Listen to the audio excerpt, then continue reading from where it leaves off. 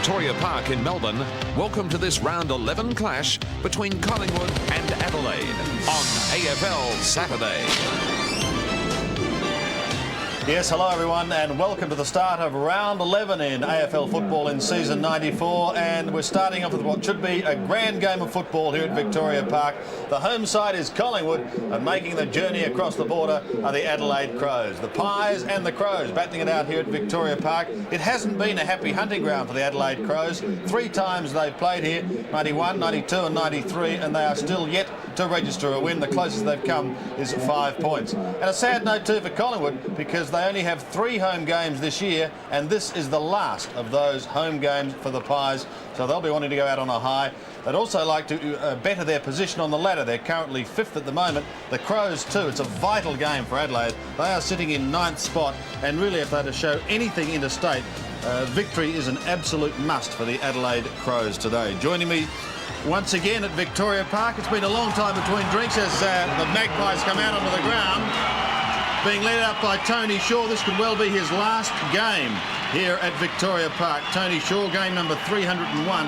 As I said, this is their last home match for the season. But let's go back to 1979 when a young champ by the name of Ross Glendinning took on and whipped Phil Carman, and he joins me today, Ross Glendinning. Welcome, Roscoe. Hey, Sandy, how are you? Got a very good memory there. Does it seem like yesterday? Well, it does actually, but it is a long time ago, and I never really had that many fond memories of playing this ground, Sandy, although that day was a special one. I mentioned this is an important game for Adelaide. I guess in a way it's just as vital for the Pies, isn't it? Oh my word, they could, if they lose this game, they could drop away from in touch with those top teams. And it's a game, particularly the way they won last week, Sandy, against Hawthorn, that I'm sure they'll be very impressive today. Let's have a look at the Pies lineup. And McCartney, a player who I thought a couple of years ago would be one of the players that would lift Collingwood, has struggled a bit, but last week was terrific. Johnny Hassel did a great job on Platten last week, and I think may get the job on McGuinness today. And of course, a bigger responsibility on Savrocker up forward to kick some goals, particularly early, as they did last week, Sandy, with those 8-goal opening quarter against Hawthorn.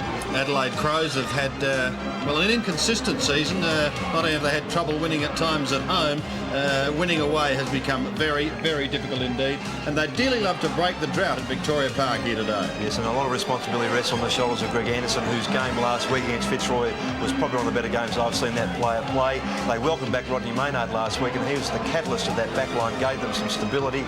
And Mark Rashuda, who I've always been a big rat for, I think may even get a job on a player like Buckley, which will have a big outcome on the game. Quick question, did Phil Carman have white boots that day? He did actually. I saw him a fair bit, I can tell you. Thank you very much. 3 other big games being played today, and let's have a look at them. And they are at Princess Park or Optus Oval. Essendon is playing Richmond. That booing you can hear in the background, I guess, is for the Adelaide Crows coming out onto the ground. Fitzroy plays Carlton. That match is at Waverley. And down at Cardinia Park, Brisbane has made the long trek to clash with Geelong, and we'll keep you up to date with progress scores of those matches throughout the afternoon. So we've got both sides out on the ground now. The Adelaide Crows just coming out, and they're about to break through the banner. Tony Modra there. It'll be interesting to see who gets the job on him. Jarman. So much is going to depend on the Crows midfielders today. If they can get it going out of the centre with McGuinness, McDermott and co, who knows, they could notch their first win here at Victoria Park. It promises to be a big game of football. I hope you can stay with us.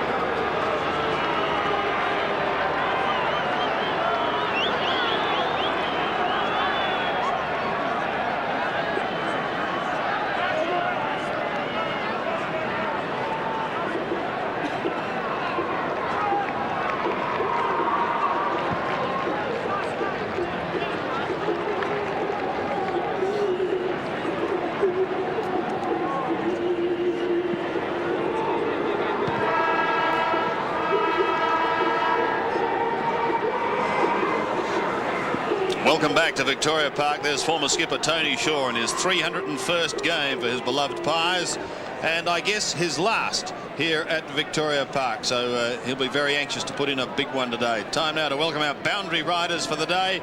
Dipper and Curls are down there on the boundary line. Dipper, let's go back because it's got to be about 8 years since you were last here at Victoria Park as a player. 86, wasn't it? 1986. I actually kicked 3 goals that day, Sandy, so I remember that very well. I shouldn't have mentioned it. Well, what a beautiful day here in June. I mean, you would expect Victoria Park to look so good in the, third day of winter. Now, Curls, if the Crows are going to make any stand in Victoria, today's got to be the day. Well, we're overdue. We're long overdue to really make an impression on the football public and the media in this state.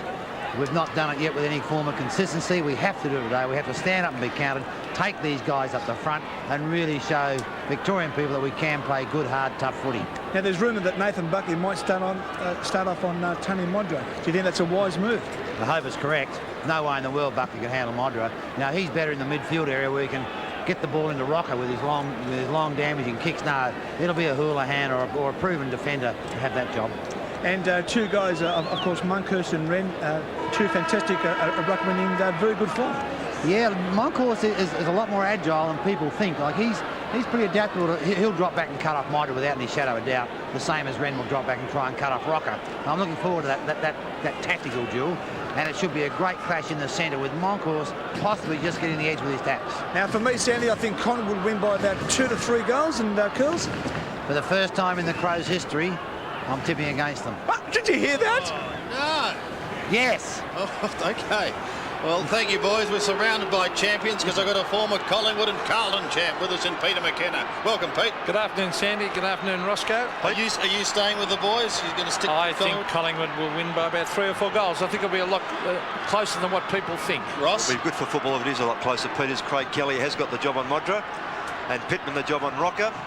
And you're going for the Pies? I'm going for the Pies, Sandy, yes. So here we go, just about set for a start. It's a cool, overcast day here in Melbourne. Little breeze, a very important game for both sides. Interchange for Collingwood, Sandy. Shaw, Rowe and Richardson. Damien Monkhorst up against Sean Wren. Wren has done pretty well in the past against Monkhorst, and Monkey knows this. Been firing himself up this week for this game. In the middle, Jarman got a touch, but that was all. McDermott also back to Jarman again, trying to push it forward is Anderson. Now they've got a chance. Going wide was Josh Mayle, pushes it towards Liptak on the outer side. With him is Graham Wright, and it's the latter who pushes it over the line for a throw-in. Interchange for Adelaide, Wiedemann, Powell and Chalmers. Conditions perfect for football today. Wren and Monkhorst again. Hassel there, Hart also, and Brown. Hurried kick down towards Anderson, who chops it off. Maynard was there, couldn't take it cleanly. Mayle also once again. Josh Mayle keeps it in play. Crunched was McDermott and pushed in the back, so he's going to take it on the defensive side of centre. Pretty good crowd in attendance, Pete. Yes, must be close to 25,000, I would think, as Chris McDermott to the half-forward line. Monkhorst gets himself in the middle of the pack. Here's David Brown on the right foot, bringing it back to the half-forward line. 2-on-1, all racing hard at it is Shane Watson. That was good football. On to Kerrison. Kerrison smothered. The Crows with a chance. There's Rodney Maynard playing down on the forward line, and he was held, I think, behind the play, and maybe even a little bit high. And Rodney Maynard will kick in the direction of Modra. He's on the lead. Out he comes. He can jump here. Modra. Kelly at the back. Good play as he gives it further afield to Gavin Krosiska. Krosiska gets onto his favoured left boot, brings it back towards the boundary line. And Damien Monkhorst quite content to let it roll over at half forward for Adelaide. Mickey McGuire running with Jarman and Johnny Hassel running with McGuinness. Reached the expected top today at 17. McGuinness caught a cry of ball goes up. Butcher close to the boundary line, keeps it in play. Gets a high kick back towards centre wing and taken over by Mayle. And Ben Hart also from the Crows been given the job on Gavin Brown. Wren and Monkhorst again on centre wing.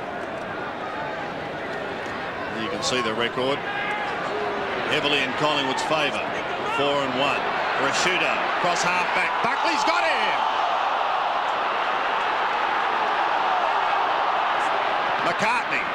Kick is partly smothered. Back it goes to the middle of Mickey McGuire. Surrounded. He gets a short little chip. But it came unstuck because he was surrounded. Taken by Jamison. High to half forward. No mark by Ingerson. Was there holding on going on? It was on Watson. The umpire said no. Well, I thought there was about 3 free kicks there, Sandy. Shane Watson certainly felt he had one. But a bounce. Houlihan over the top. Belts it wide. Buckley's hand pass. Fine hassle off to Watson. Pies out of trouble.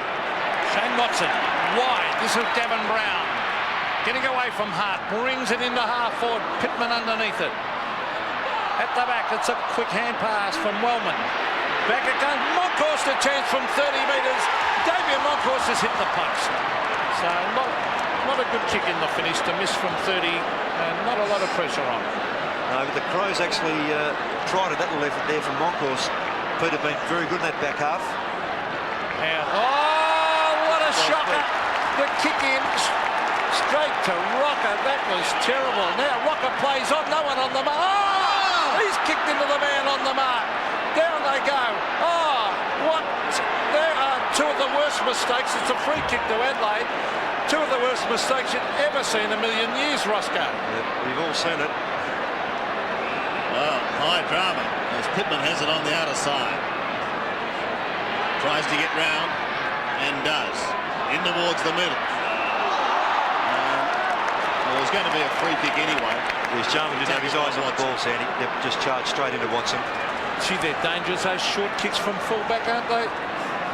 Watson stabs it towards half forward. McCartney was his target. Buckley does the scouting. Was there holding on then? The umpire calls play on. Buckley's kick is high, in towards half forward. McGuire and McGuinness both weight down. McGuinness gets it off to McDermott. Here's a chance for the Crows to go up to the half forward line. Here comes Modra. Kelly's on a hamstring, I think, or an ankle. Oh, yes. Yes, Kelly's in trouble. That'll be a hemi for sure. Well done by Ben Hart in that back half there. He's surrounded by Collingwood players, but he made sure he got the ball to the ground and they got it free. Left hamstring. Kelly is favouring. Here's the shot by Tony Modra. This would be a grand start for the Crows if he knocks the first one for the day. But Tony Modra, goal number 45 for the season. And the Crows lead by 5 points. And that's how to play Victoria Park. You come direct. That kick from Wellman into the man to Rocker is just, you've got to kick long out of full-back. I mean, once you get the system from half-back here, direct it through the centre, straight down to a leading full forward like Modra, and you convert.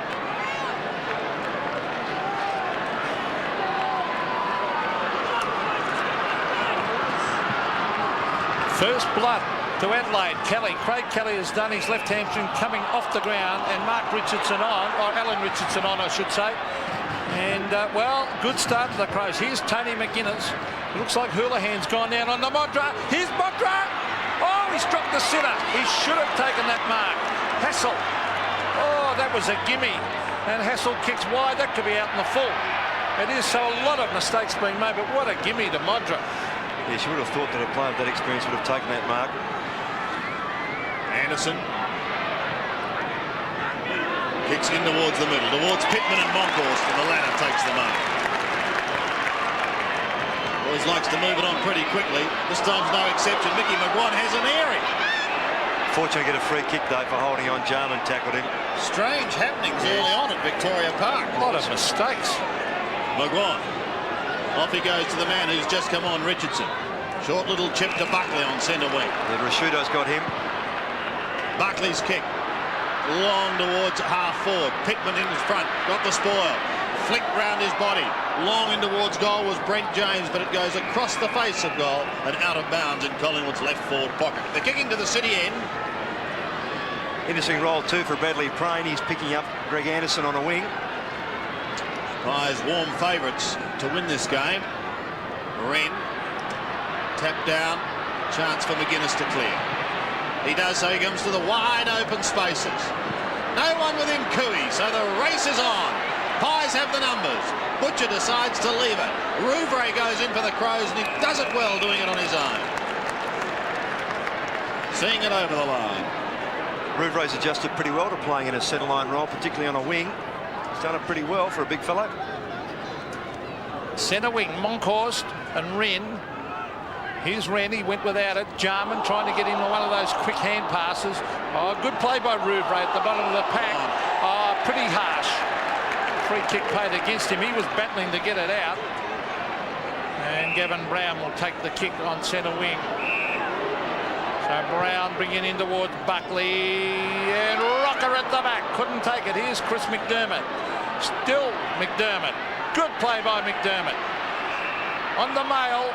And a free kick, some interference from Williams, and this great player for South Australia and the Crows, Chris McDermott, brings it to centre wing. Big pack of players. At the back is Butcher, and he's clear. 80 metres, 70. Long kick in towards goal, goes over the top. Fly was there, but no mark. Anderson comes in for the Crows, and the umpire also comes in and says, "I'll have a bounce." I think Pie fans thought there was going to be a mark held by Big Sav. It was a good kick by Butcher, Sandy, to give Rocker a chance there, but not held long enough for these conditions. So right in front of goal. Wren can't take it away. Again, they lock it up. Big Sean at the bottom. Good sign the umpire's not paying those, Ross, because there's been a lot of ticky-touch with marks this year. I agree. Still in the Pies' attacking zone. McDermott, as usual, at the bottom, almost threw it out. Going to get a free kick for one just too high. Well, it's the Adelaide champ will see this again. Yes, too high around the shot. Well, no doubt about that. I think the ear went. Well, Chris McDermott to the half-back line. Big Wren is the flyer. Quick kickers by Jamison towards centre. Well trapped David Brown as he got back up support. And the umpire said he held it, or almost threw it, in fact. And it'll be a kick. Shane Kerrison. So Kerrison way out at half forward. He bring it in front of goal. Wren gets into the hole, and he dropped the mark, in fact. And finally it's cleared by Anderson to the centre of the ground. Oh, another mistake by Buckley. Oh, the Crows off and running. That looks like, well, it's Liptacker there and Ingerson. Now Ingerson to Jarman. Here they go. Brown, where's Modra? Here he is. Can he get there against Houlihan? Oh, he went without it. Houlihan has got it. Breaks the tackle. Wigney's there. Now Modra. Good. Oh, shocking hand pass by Modra. And Collingwood get out of jail. Oh, another shocking kick. Oh, by McGuan. Oh, Jarman on the McGuinness from 65 metres. He bends it back. Wigney went too early. And he really had his name written all over that. Wigney should have marked it. But what's Mickey McGuan doing out there? Well, it's amazing how those problems run through a team very quickly. Tipper, latest injury report. What is it with Kelly? As you guys called it, it's a hamstring, and unfortunately for the strongman to be out for the rest of the game. Well, bad luck for Collingwood, and more specifically for that man, Craig Kelly. Houlihan. They call him Hose. He goes short to right. Has it on the last line of defence.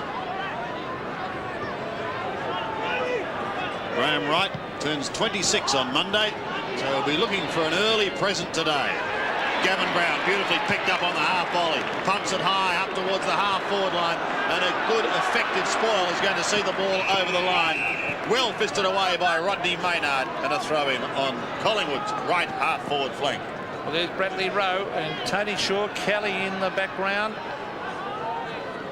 And bad luck to the Magpies. To lose Craig Kelly so early, that gives Modra a real chance here. Collingwood have had to reshuffle their defence. It'll be a bounce at half forward for the Magpies. But Adelaide have had plenty of the play. They should really be a little bit further in front. A couple of fumbles down on the forward line. A drop mark by Modra. They lead by 6 points though, the Adelaide Crows. Here's Matthew Liptak. He waits for it. Went without it. Another fumble. Smother. Good smother though. Bradley Plain goes in after it. Johnny Hassel is there also. It'll be another bounce. But, gee, there's a lot of fumbling going on. Well, it's amazing, Peter. It can happen at training even. It can start well. You get a few blokes fumbling, poor handballs, and it runs right through the team. And it's happened for both sides today. Just in Collingwood's attacking zone. Monkhorst stands his ground. Wins it. Towards Hassel, close to the line. And over. And of course, with this size ground being a bit small, it's going to be a lot tighter. So the Crows have adapted pretty well early. It's going to be pretty tight all the way around. 3 times they've tried to win here the Crows, 3 times they've failed. They've gone pretty close. Anderson just threw it out to Tony McGuinness, and McGuinness pumps it up towards half forward. Krasiska, a fine diving mark.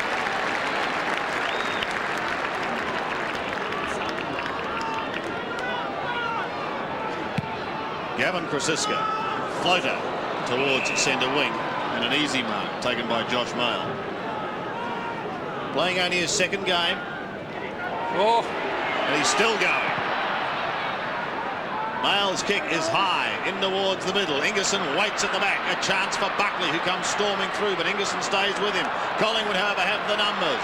He finishes with Buckley again. His kick is only short, however. Working hard for the Pies is Brent James. He's got support now in Rocker, and he needs it. He's lost it to Mayle. Crows out of trouble once again. They've got the only goal on the board. McDermott pumps them to half forward. Here comes Modra.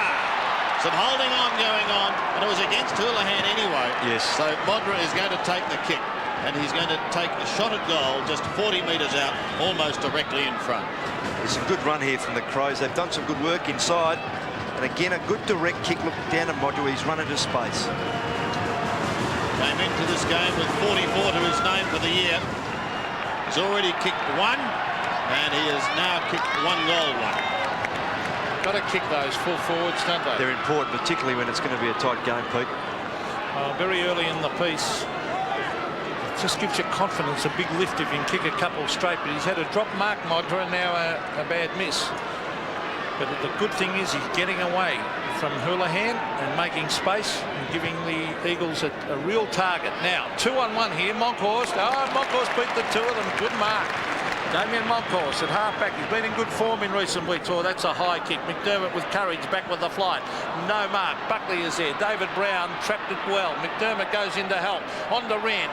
On to Jarman. A further hand pass. Tony McGuinness with a long hand pass. Here's a chance for Anthony Ingerson with that funny-looking kick.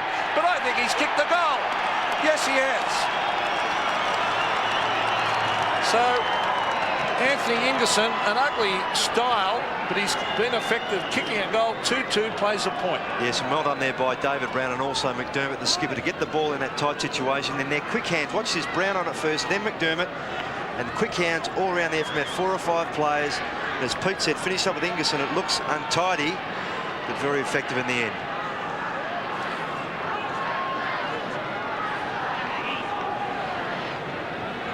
An excellent start by the Crows. They lead by 13 points. Wren tries to win it down to Jarman. McGuan puts body in over the ball. They crunch on top of him. No free kick. Socket wide to Brown. Here's a chance for the Crows to go towards Modra once again. He doesn't get a favourable bounce. Whitney taps it down for him nicely. Modra a snap. Well played by Whitney. And it's away to the left for 1 behind. So 2 goals, 3 is Adelaide's score. Whitney's got an important role down there to try and use his body and keep some space there for Modra to lead into, and if there's a pack, to get inside and allow Modra to jump over the top, which he's very good at.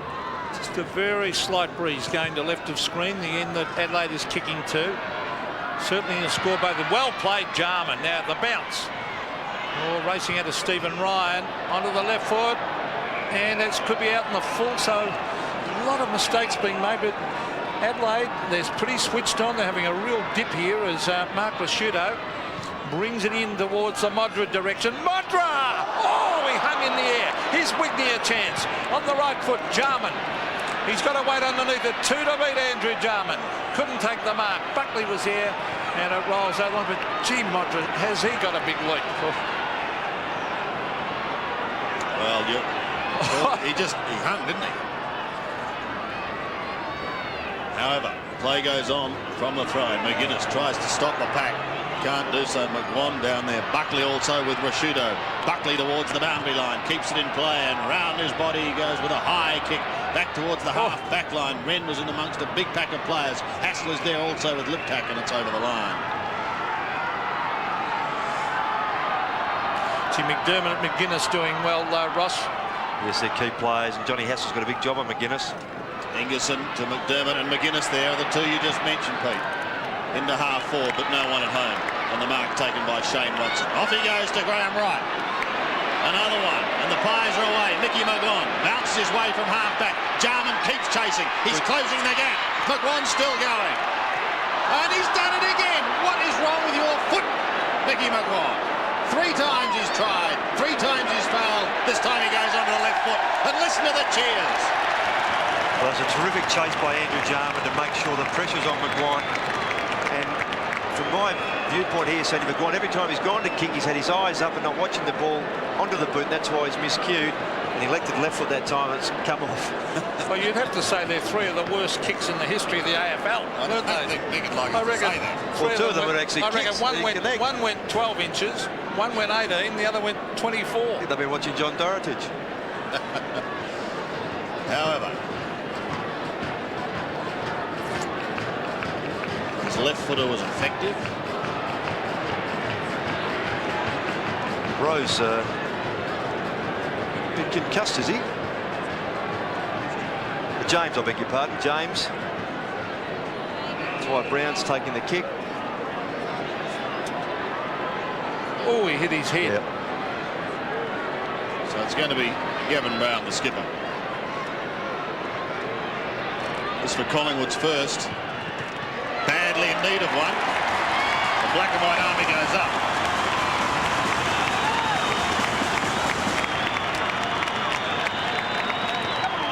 Important thing from the Pies' point of view there, as we just see this again, is the fact that Adelaide have had more of the football and have looked more dangerous, but Collingwood just got that goal a little easier. Mickey McGuan here, the good chase there by Jarman. That's the sort of pressure you need, and then Mick just tried to trick Hart there. He gets it back in an effective left foot.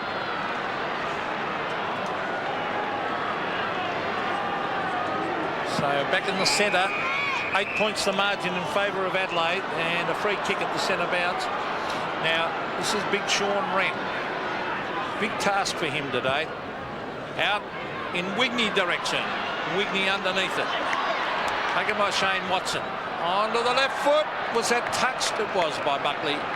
So it'll be a throw in at half forward for Adelaide. Krasiska's now on Modra. Houlihan's picking up Ingerson. So at half forward, Houlihan actually won that. Hassel to Kerrison. Shane Kerrison to centre wing. They race back after it. The Crows players belt it back towards the line, but Bradley Rowe doing the roving. Brings it to the half-forward line. Wren should mark this. Oh, and he does. A good mark by the big man. A further field to Josh Mayle. Oh, that's a poor kick. Shuffled out by McDermott.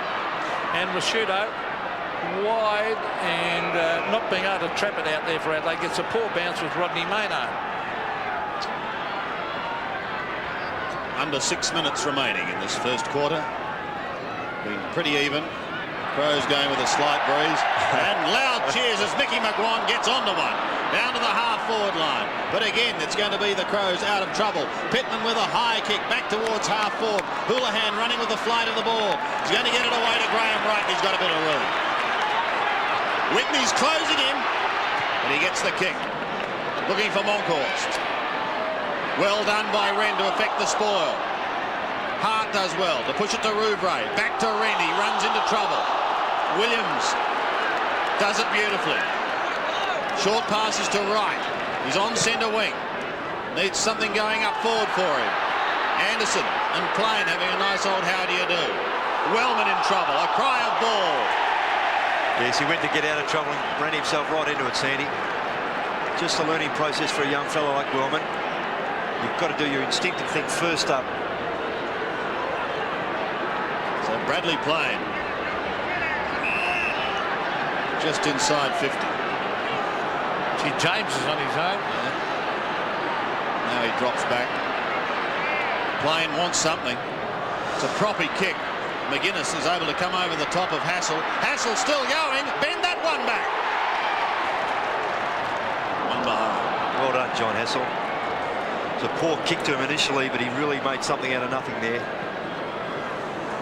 7 points the margin. Hassel trying to go with McGuinness. Now Wellman, it's a better kick.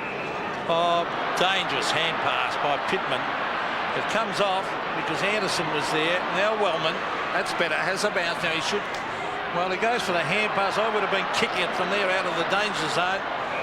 But Well, the modern game is that run-on game and trying to keep possession. Yeah, Rouvray just losing his footing there, Pete. There's Butcher, Kent Butcher. Now, the ball is almost on centre wing. Been a good, tight, hard first term. Jamison wins it with the left hand. The Crows trying to crash through. Now, how will the umpires see this here or bounce it?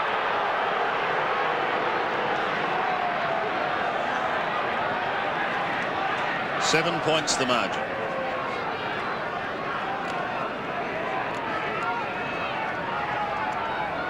Brandon Monkhorst again. Butcher waiting down.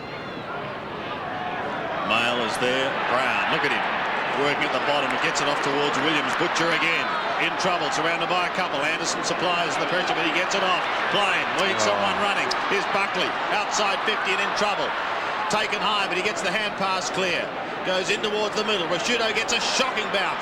Butcher has it. Buckley called for it, but Butcher kicks towards goal. It's high, inside 50, and a strong, courageous mark taken by Mickey McGuan. Which will he use, the left or the right boot?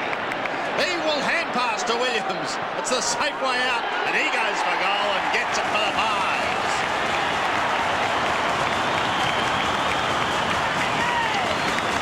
First goal to Paul Williams, his 19th for the season. There was a poor handball from Bradley Plain to Buckley. He just put it behind him, so he had to stop and almost go backwards again, and then he fell over, lost position. They got away with it, and Mickey McGuan here obviously not too keen to kick. Handball to Williams, who finished off for him.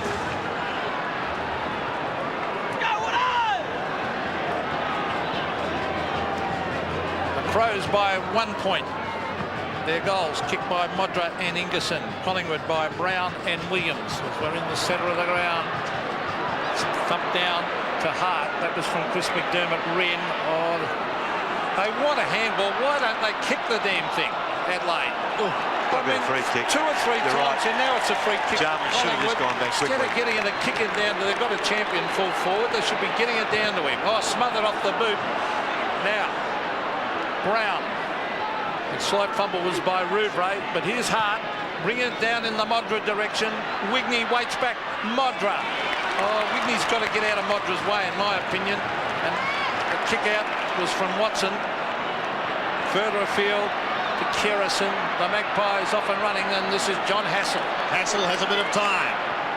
Goes towards half forward. He wants a Rocker. With him is Pittman. Rocker had front spot. Waiting down in front was Powell. Kick is only short. Jarman and Rashudo are both there to lend support. Mark Rashudo gets it away to McDermott. He's had a sensational first quarter, Chris McDermott. Up towards right half forward. No one there, however. And Shane Watson has all the time in the world. Gives it off to Krasiska, and Krasiska pumps the Pies out of stripe back towards centre wing. Courageous attempt. No mark, however, as Rashudo kicks it in play. Straight to McCartney, though. They've lost it, and now the opportunity is with the Pies. Up towards Saverio. Sending top marks there to Johnny Hassel on the wing there, as you said. Courageous effort. Just puts them down on the minds of the Crows players. Crows making a change. Wigney's coming from the ground. Chalmers to come on. Well, I did say they had to get him out of the way. I didn't mean off the ground. Oh, when you speak, they listen.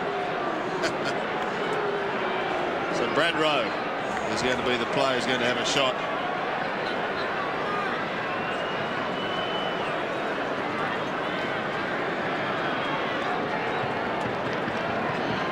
Tight angle. 35 out. This to give the Pies the lead. He's done it, I think. Fine kick. Fine kick. Yes, it was. And Rowe started on the bench, but he came on to replace Richardson, who in fact had been on just for a short term to replace Kelly, but restructured by Matthews. Saw Rowe come onto the forward line. James go down to the back area. And that's where his value is, Brad Rowe, kicking goals up forward there. Opportunist. Magpies by 5 points. Knock him over. So Brett Chalmers now doing the ruck work. Here's Jarman, quick hands. McDermott, well played. Here's Jamison. Down towards Wren. Red dog, good use of the body by Sean Wren. He just lent into Stephen Ryan. That's an interesting move to put Wren down in the pocket. Well, good idea, because he needed a bit of a rest. He's worked very hard, had a tough job last week against Satori, and it's good use of the body there, just taller than James.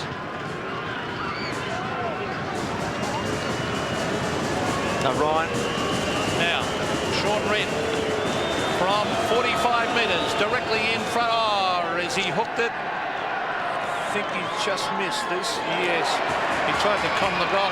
He signalled 2 fingers, Sean himself, but not a good kick. Stephen Ryan's going to try and not body those big fellas. He's going to try and jump over the top and break their arms or punch the ball away. Stephen Ryan hoping for a big day too. He's playing his 50th league game. As Francisco goes short to Kerrison. The dying seconds of this first quarter. Kerrison from full-back. Sees them well out of the danger zone. And it's quarter time. Fascinating first term here at Victoria Park.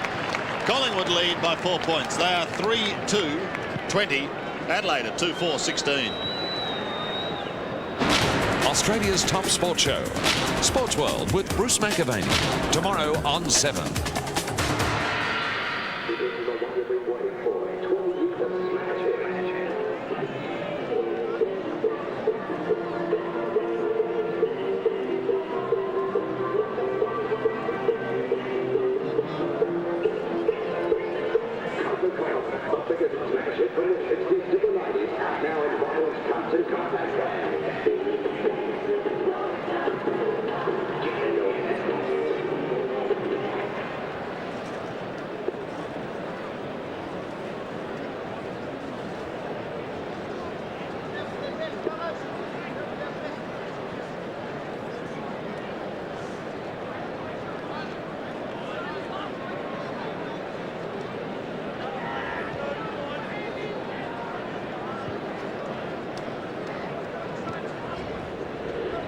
Your chance to be a Collingwood selector at the selectors table every Wednesday, 6:30 till 9:30 with a delicious $10 per head carvery. BT, Brian Taylor and Harry the Big 8 Kleitzel. They'll be announcing the team squad and discussing selections with you. And you can book for that by ringing Megan on 419-9222. 419-9222.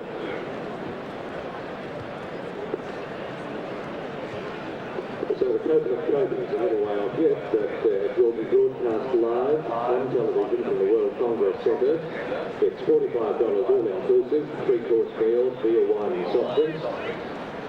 On the second floor of the Social Club on Friday the 7th of October, commences at 6:45 for bookings. Ring Sandra on 419-9222. 419-9222. That's the Captain Trophy live. Collingwood by Brisbane on Sunday the 26th of June. If you'd like to be in that at the Gabba, there'll be a special marquee there from 11:30 to 1:30. $60 a head, which includes entry and a reserved seat. Buffet barbecue lunch, assorted salads, tea and coffee, afternoon tea, drinks available at bar prices, and Hugh Mitchell will be comparing. And for the game against Sydney, on the 3rd of July, there's a brunch there at the Boundary Club in the Churchill stand at the ground, 10:30 to 12:30, $35 a head with 2 courses, and Brian Taylor will be comparing there.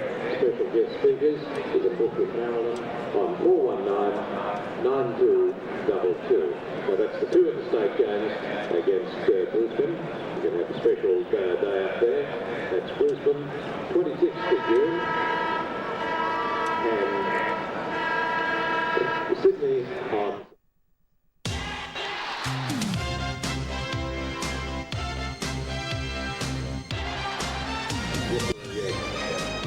Five individual goal scorers here at Victoria Park. It's Collingwood who leads. They're 3-2-20. The Adelaide Crows 2-4-16. This match is part of the Foster's 1994 AFL Premiership season. Let's have a look at some scores from other matches. The Bombers making a flying start against the Tigers, 6-3-39. And Simons has 2. Richmond has 4-1. They're 25. Brendan Gale has booted 2 for the Tigers. In the match between Fitzroy and Carlton, Steve Kernahan has booted 3 of Carlton's 6, 6-3-39, leading the Lions 2-1-13. While Gary Ablett has booted 2 of the Cats 4 straight, but the Bears have had more scoring shots at goal. 4 straight the Cats, but they only lead by 3 points. The Brisbane Bears are 3-3-21. So Lee Matthews having plenty to say at quarter time. Let's go down to our boundary riders, Neil and Dipper. I reckon It was an interesting first quarter, Dipper. I thought for a moment it was Faulty Towers with a comedy of errors, and don't you twitch up your nose curls like that. There's a lot of mistakes, and actually there's a few people having a go at Curls at the moment, but there's a few mistakes early in that quarter, but the Crows didn't take full advantage of that good start. In a substandard quarter at AFL level, too many errors.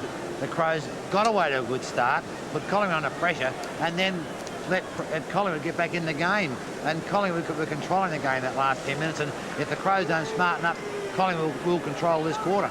And we saw Lee Matthews talk to young Johnny Hassel. What would he be saying about McGuinness? Well, I think McGuinness got too much pace for him and too much stamina. I think Hassel was puffing here in front of us, and I think he took him up and gave Brown the job there for a period. Be interesting to see who gets the job this quarter. And Monkhurst is certainly keeping Wren out of the game. Yeah, well, the Victorian coaches do that. They drag Wren away from the full forward area to allow the full forward of their side to have a bit of space, and Monkhurst doing it very well. Should be a good second quarter there. Thank you, boys. And here we go into the second quarter here at Victoria Park. Collingwood leads by 4 points. Crows getting the early start in the first quarter, but unable to go on with it. Chalmers doing the ruck work, but straight to Buckley. Buckley's kick for the Pies, up towards half forward.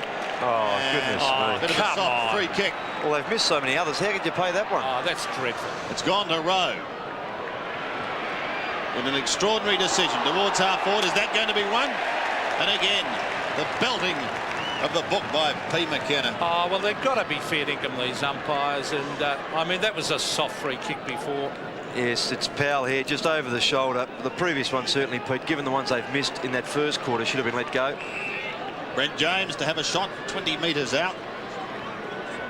45-degree angle. As Neil Curley said just a few moments ago, Crows have got to be careful. Pies could run away with in this term as James gets his first. Yes, and James playing against his old state, of course, coming across from Norwood. He's been handy since debuting with Collingwood this year. Johnny Hassel has still got the job on McGuinness, but a softish free kick here against Maynard should have been play on, and of course a goal result from that. The free kick coming down the ground against Powell.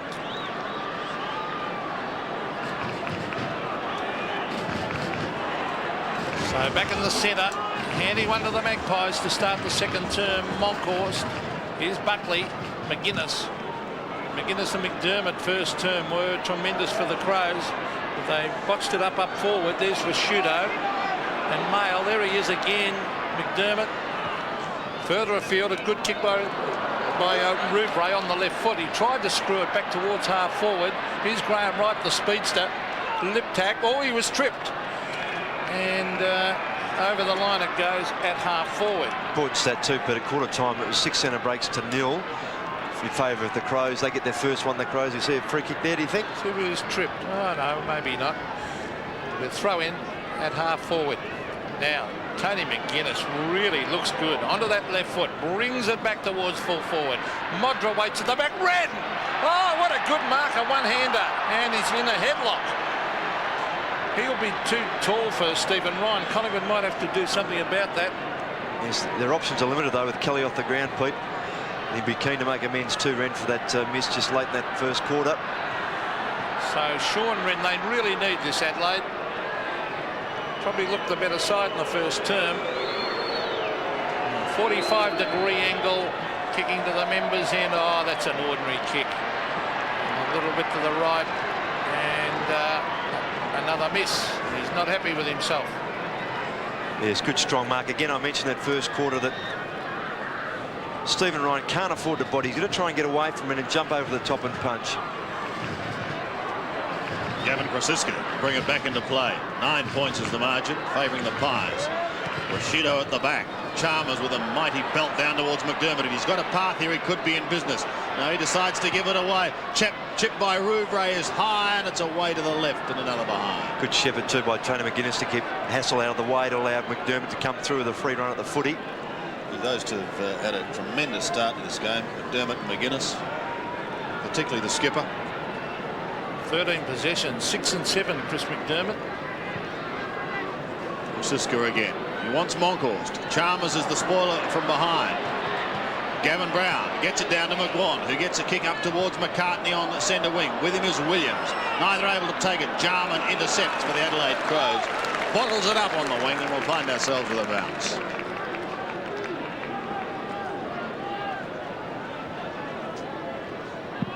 Crows currently in 9th spot on the ladder.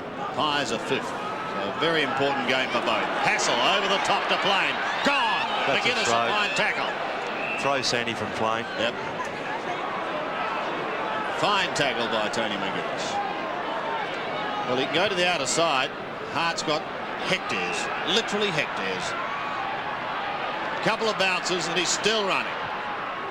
Now goes up towards half forward. There he is again. Sean Wren. Greg Anderson providing a lead for him off half back. Plain not chasing him. He's got to get that ball down quickly to Modra was one out. Maybe he thinks he can kick the goal from there. He's going to have a shot, isn't he? I think he looks like he's going to. Well, he's making Ryan's 50th league game a nightmare at the moment. He's kicking from 55 metres. Oh, and he's wobbled that up towards full forward. How will it bounce? Over the line from behind. Well, I personally think he should have got back as soon as he took the mark and got it down to Modra, who is one out in the goal square. You've got a champion full forward, you use him. Here's McGuan at half back. He just waits there to give it to Gavin Krasiska. Oh, nice kick by Krasiska. And Gavin Brown, very strong overhead. In front of the adoring Collingwood masses. Brings it to Mickey McGuan. Now he wants to give a hand pass. Now he elects to go. Oh, another shocking kick by McGuan, but it lacks a fortune as it comes to Monkhorst on the Brown. Brown on the left foot. Ben Hart at the back, had his name written all over that. And Hart. Now he can transfer play to Chris McDermott here. Oh, Hassel gets into the hole, but McDermott's good enough to go and get it. Gets in a hand pass. Ball, they call the Collingwood supporters. Mail gets it to McDermott. Another possession. An ordinary kick, Chris McDermott. Jarman too slow on Watson. Watson around the corner to Buckley, and Buckley lets it roll over the line. Collingwood falling down across half forward, but McCartney can't get in the game. He's been well held by Jamison. That's why they're going across the ground at times, trying to wait for a lead. But Adelaide are boxing up across half back there. Houlihan with a decent old belt from the back of the pack down towards Kerrison. Some heavy work on McGuinness from Brown. Ball is still in play for the moment.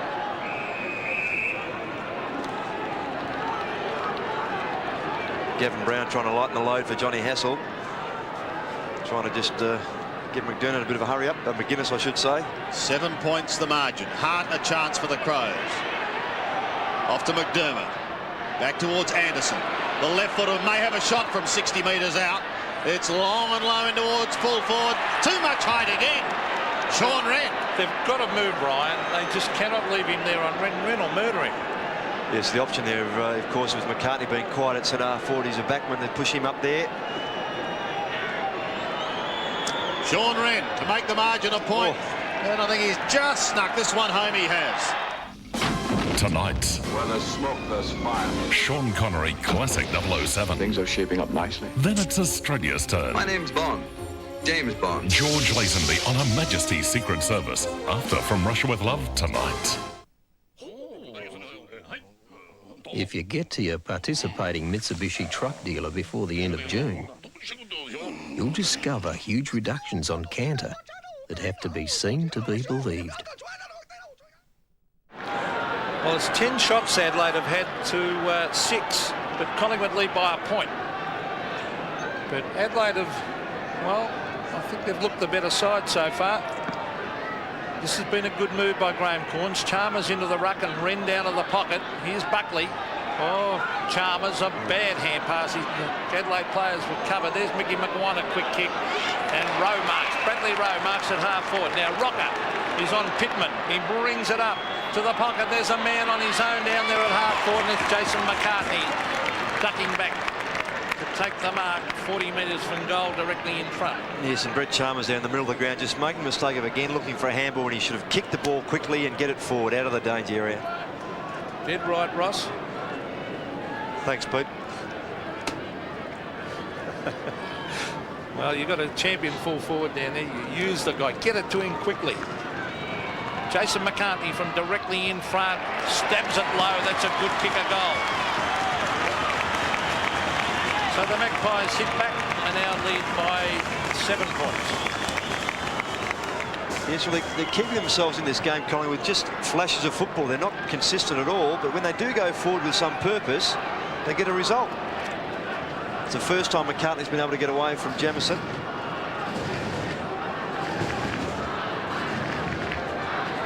Seven points again the margin. Chalmers up against Monkhorst in the middle.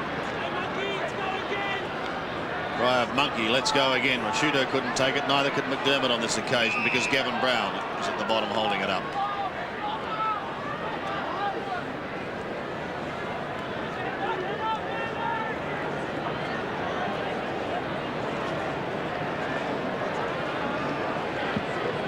McCartney's in there this time with Chalmers. McCartney got front spot. McDermott to Chalmers. Again, couldn't get rid of it. Kerrison, slung as he got the kick. No mark taken by Liptak, working hard. Gets it off towards McGuinness. Wide into Anderson, who's now on centre wing. He can go over the top to Rouvray. The Crows are away. Rouvray with a left foot low drop punt to Modra. Tight angle. It's on the few parts of the ground too, Sandy, where there's some Crow supporters. Yes, there's a little pocket. Yep, in that pocket. In that pocket.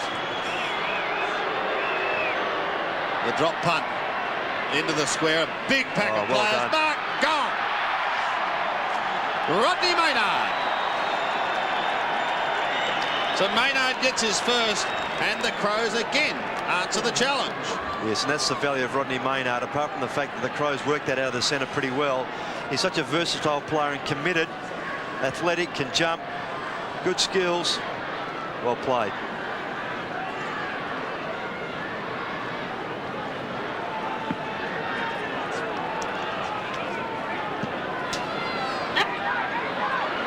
The Magpies by a point as they go forward to the half-forward line. Here's Greg Anderson swinging onto his left hand. Gives it out wide. Paul Rouvray has done some nice things. An ordinary looking kick that's towards Maynard. Tunnel balls him, and here's Hassel, who's got the big job on Tony McGuinness. Hassel to Butcher, and Butcher taps it over the line. So it's on centre wing. Collingwood not able to get the running game going at the moment, Ross. Through the midfield and off half back, they're struggling a bit. Butcher's got to tighten up on Rouvray. Rashudo's doing a good job on Buckley. Jamison will come from the back here to try and do the ruck work. He won the hit out. Hassel is there. Hart goes in after, and the umpire will bounce. Gavin Brown again at the bottom of the pack. So a bounce on centre wing, outer side of the ground, in front of the rush stand. McCartney edged out of it. McDermott again. The captain in the engine room. This time a straight to Watson on half-back. Thought about McGuan, but thinks even shorter to Houlihan. He will find McGuan. Mick, you might have to take a kick here. Away he goes. Onto the left foot. The ironical cheers again. Oh, they can be harsh, can't they? Brown and Hart, two champions of the game. Brown sweeps the hand pass wide for Buckley. Keeps it in play, then goes with the left foot high kick, a centering kick. Difficult one to mark, but he does it beautifully, the little fella. Kicked one goal already. And Brad Rowe going to find himself with a shot just 40 metres out. There's some teammates of Gavin Brown just coming up to congratulate him. It was his second effort there in recovery from the punch from Hart that got him the footy. And then Rowe just getting in front as a forward should be, just the ball dropping shorter than Liptak thought. Couldn't get a fist of the ball to punch it away. So Rowe for his second. This again to make the margin 7 points. So way to the right. One behind. The margin is 2 points. Still haven't seen former skipper Tony Shaw. And with this very good crowd enjoying a very tight contest here at Victoria Park. It's really built up this crowd. There's Pittman, who's got the job on Rocker. Now, Rodney Jamison rings it up the centre of the ground. Good mark. Oh, not paid. Hassel. And now a free kick to Monkhorst at half forward. Well, like a mark to Anderson. Now Monkhorst looking for Rocker. Pittman at the back, discipline. Oh, Rashudo a fumble. Nathan Buckley around the corner to the square, but Josh Mail goes back and takes a timely mark. Mail wants his captain. Finds him in the pocket, off to McGuinness. Kick is to half-back, could be dangerous if McGuan can get there in time. No, McDermott, like the Rock of Gibraltar. He and McGuinness are like twins. They've got this uncanny ability of each other's knowledge. Good kick by McGuinness. Rouvray to half-forward. Man he wanted was Wren, but the kick wasn't good. Wren's still going. He's caught this time and he's lost it. Bad play, Jarman. So Graham Wright to take it on half-back.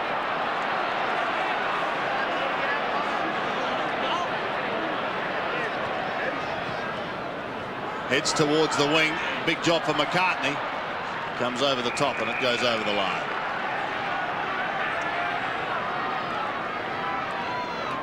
Collingwood unable to break away. They lead by just 2 points.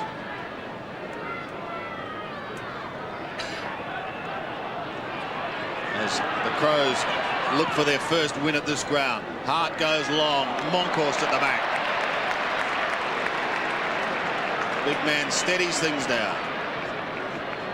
Krosiska he finds along the half-back line.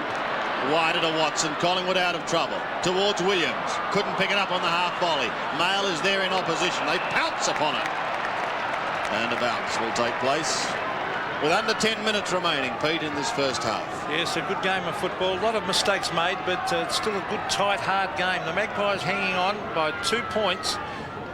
Brown all bundled over the line, and good umpiring to call for a throw-in.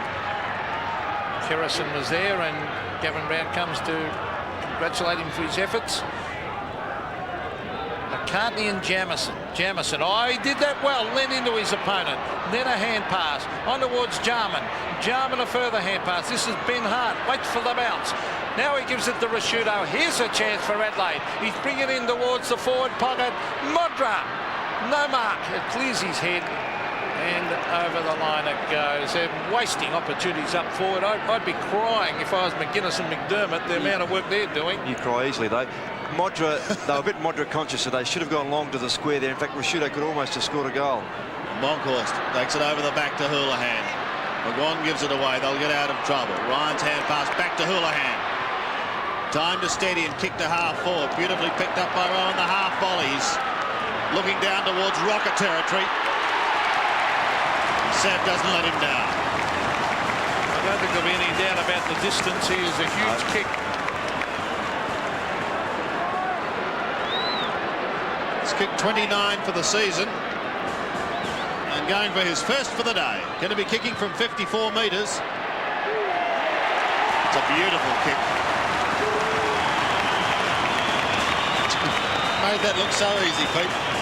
Great kick. A great effort by Brad Rowe to pick up that ball in the half volley and then do something with the footy, having made such a great effort to get it in the first place, to pass to Rocker, who took a good mark and did what a good full forward should do and converted.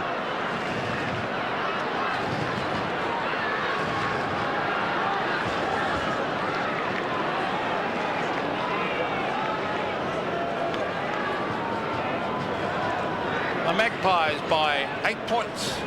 Severio Rocker has kicked his first. Chalmers and Monkhorst. Chalmers won it. Down to Jarman. Tony McGuinness has been excellent. A hand pass, but it was to no one in particular. Kerrison. He went without it, but he gets in a hand pass to Butcher. The Magpies off and running. John Hassel to the half-forward line. Liptak, a good interception, but he couldn't mark it. And I think he'll end up with a free kick here.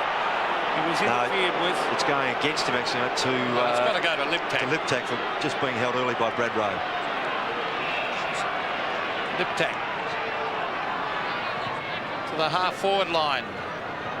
Maynard. Oh, that could have been the back. No, over the back is Monkhorst, and he taps it over the line on centre wing.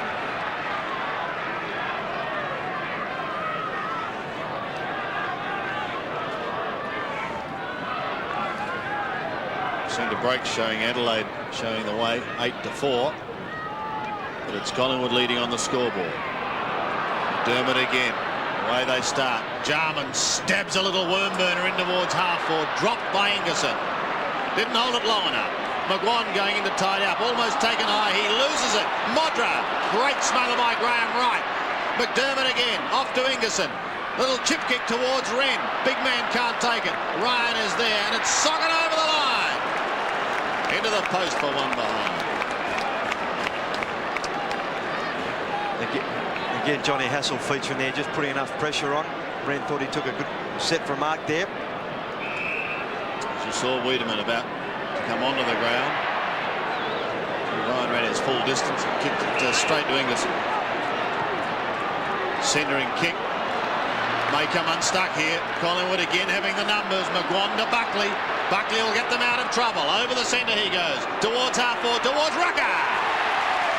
Similar distance out, maybe a couple of metres further, but he's going to pump it long and head for home.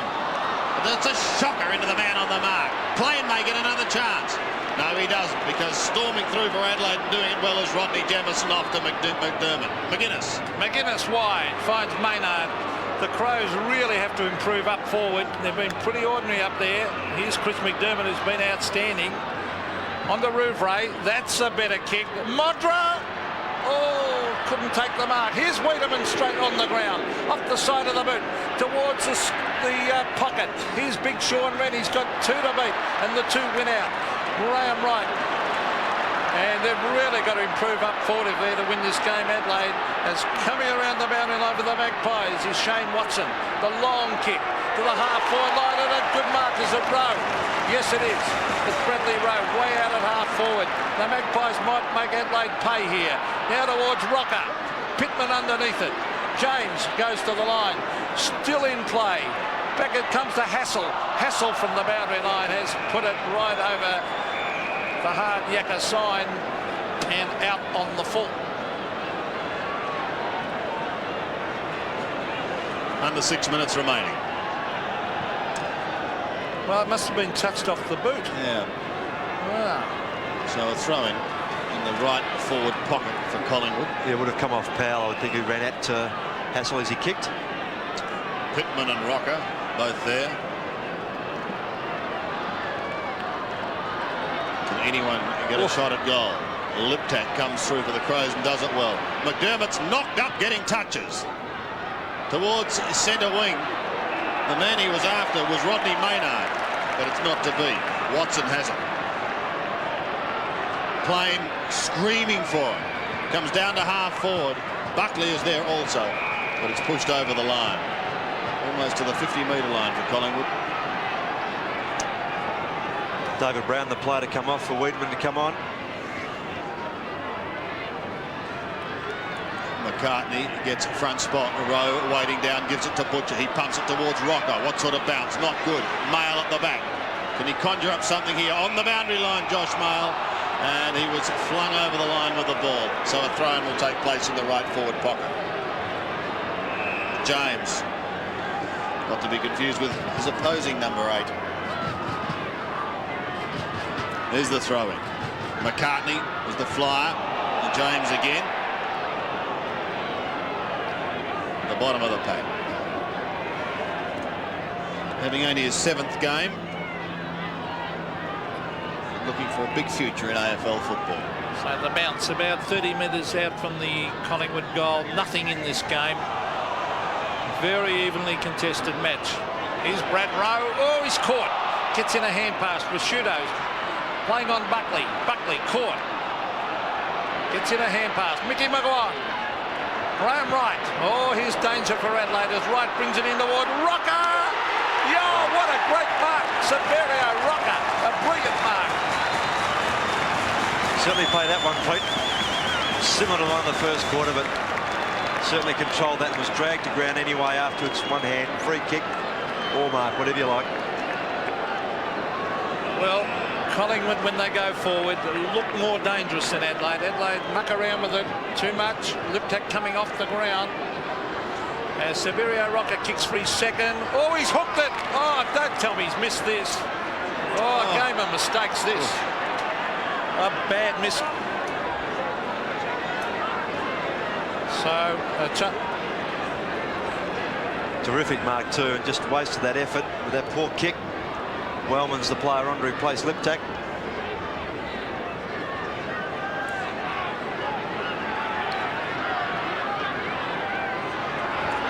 Rodney Jamieson, he was looking for a short one. That's better. Kick it out of the danger zone.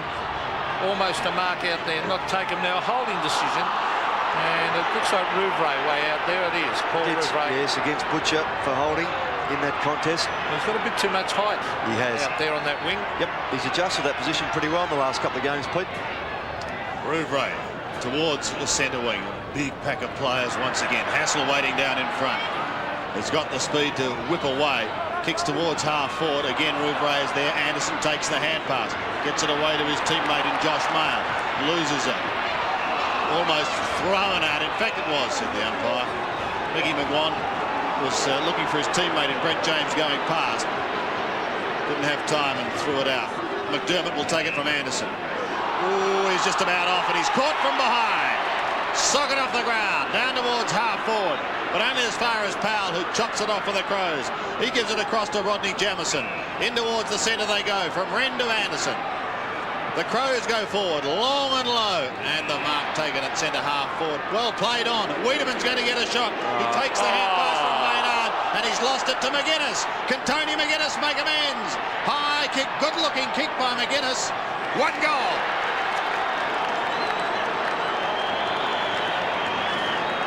So Tony McGuinness gets his first. And again, the Crows stay in touch. And Wayne Williams just got to realise when he gets the ball, he's going to do the instinctive thing first up, kick from here.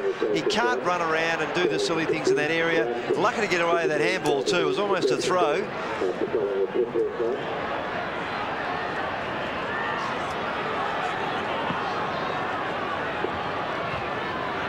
Collingwood by 2 points after the goal to Tony McGuinness. The Crows hanging in there. And if they could get that forward line working reasonably well, I think they'd be 3 or 4 goals in front. But they're getting plenty of the ball midfield. McDermott, McGuinness are killing them. Chalmers is doing all right in the hit-outs. Now Wren's gone back there. Monkhorst. Anderson. Tony McGuinness again. Now the umpire's bringing that back because it was a free kick to Anderson for a high tackle. So Greg Anderson, who's starting to come into the game.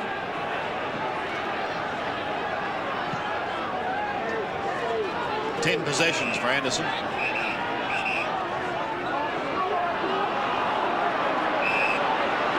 Well, that's verging on pedantic.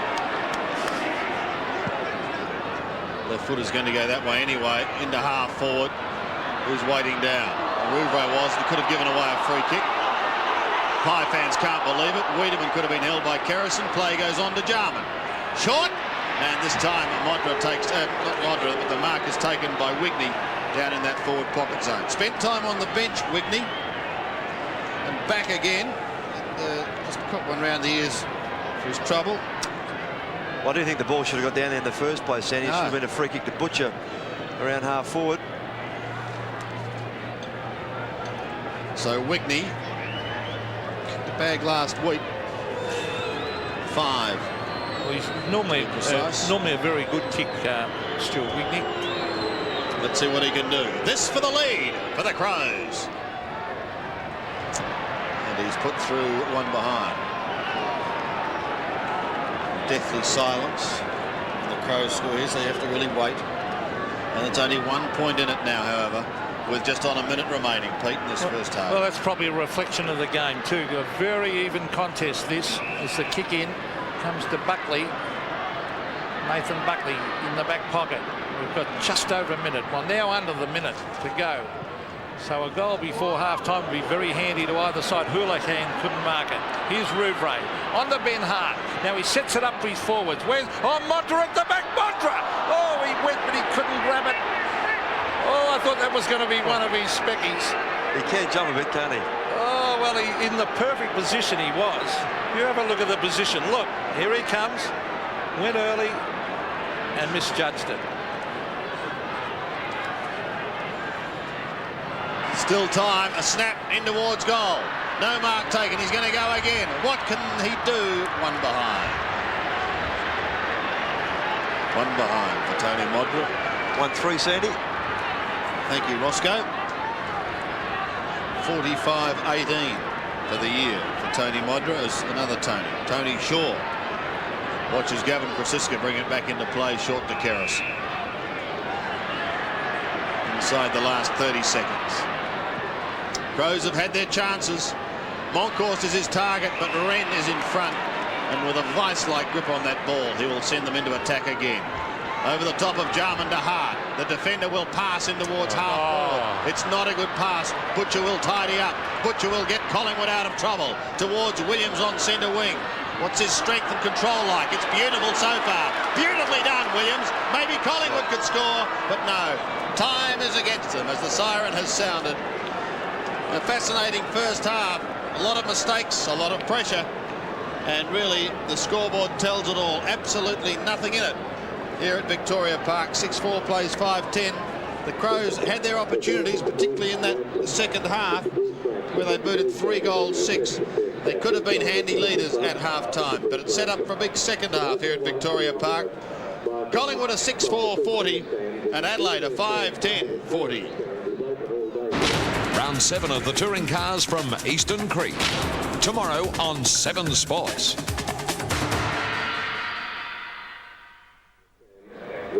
Souvenir stand under the sharing stand is open all day today during the game as well. And we welcome the Little League, and the Little League is brought to you by Hungry Jacks.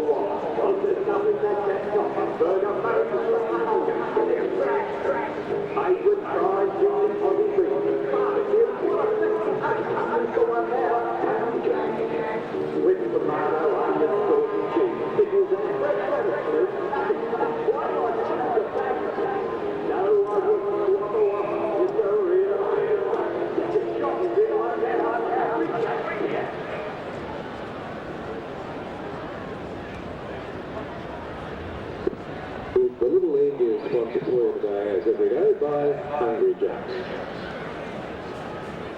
The souvenir stand under the sharing stand.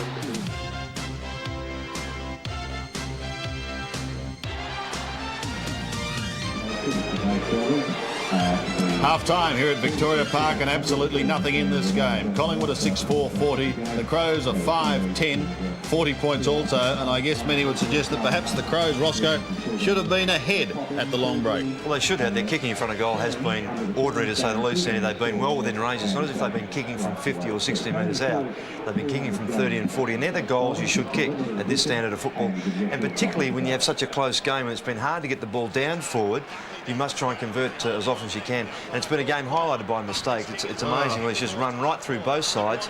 But this is the first goal of the game where McGuinness just sets up play. And this is how you should play Victoria Park. A shorter ground, don't get caught out in the pockets, go direct to a leading full forward who runs into space. And here was the first problem for Collingwood, with Kelly doing that left hamstring. And really it's had a domino effect because they've had to make wholesale changes with Houlihan and co.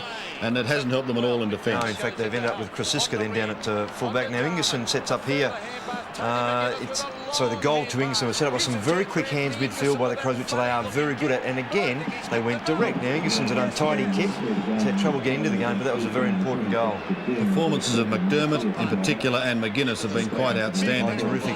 And the return of Maynard last week, Sandy, was very good for the Crows against Fitzroy. And again today, he's been very handy. And here we have a half-volley pick-up by Brad Rowe. Terrific stuff here. Just followed the footy, broke the tackle, and then passes very well to Rocker. He kicks his first. And that's a good mark from Rocker. That's what they should be doing more of, but they haven't been able to get the ball down with that sort of system often enough. At this stage of proceedings, the key, no doubt, has been the Crow midfielders. Yes. And although they were dominant earlier, Sandy, the Collingwood players got back pretty quickly. And this is a mistake that Wiedemann often makes. He just hang on to it. That's one going one too far. Well, they set him up. He's on his right foot being the left foot shooting at goal, and he just hung on it again looking for a better option. He was the option to kick at goal. Let's have a look at some of the stats. Well, the scoreboard says it's even Stevens, and well, not a lot in it, although the Crows have probably had a fraction more of the ball. Yes, but they normally do that. They're the leading possession winners in the game at this stage throughout the other clubs. Centre breaks just even up a bit there by Collingwood. It was 6-0 at quarter time, 8-4 at the moment. Crows still in front. I was fascinated that Neil Curley, for the first time at the start of this game, has gone against the Crows. Well, perhaps at this ground it's tough, but they've played pretty well, actually. If they could have converted better, they deserve to be in front, don't they? In front. Well, they certainly had more scoring shots in that first half, but the scores are level. One of their key players is Greg Anderson. He had, I think, 11 possessions off half-back and in that doing a pretty good job on playing. Let's spend a minute now with Greg Anderson.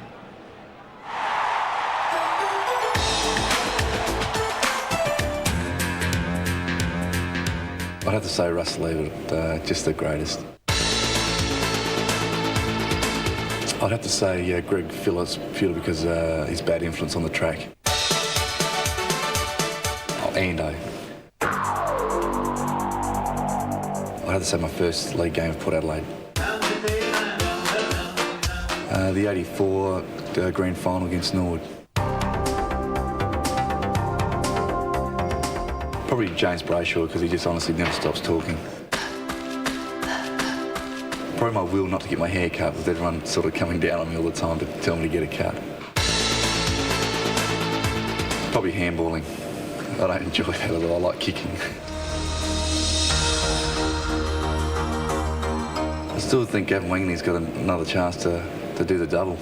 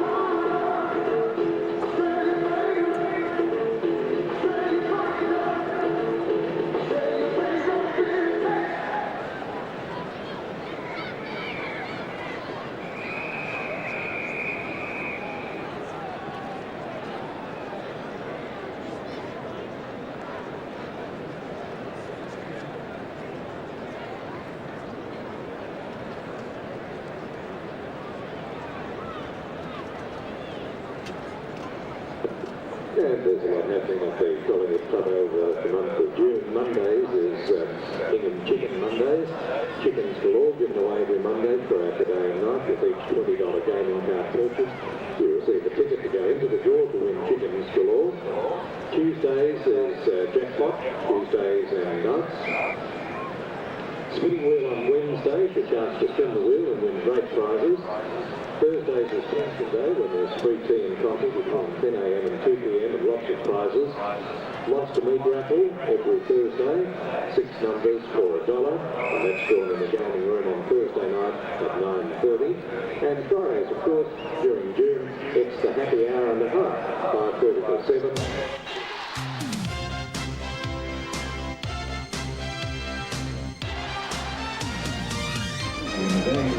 If you may have just joined our telecast, nothing in it here at Victoria Park. Scores level between Collingwood and the Adelaide Crows. A number of other matches are being played today. One of those is out at Optus Oval. It's between Essendon and Richmond. For a report on that game to half-time, here's Peter Landy.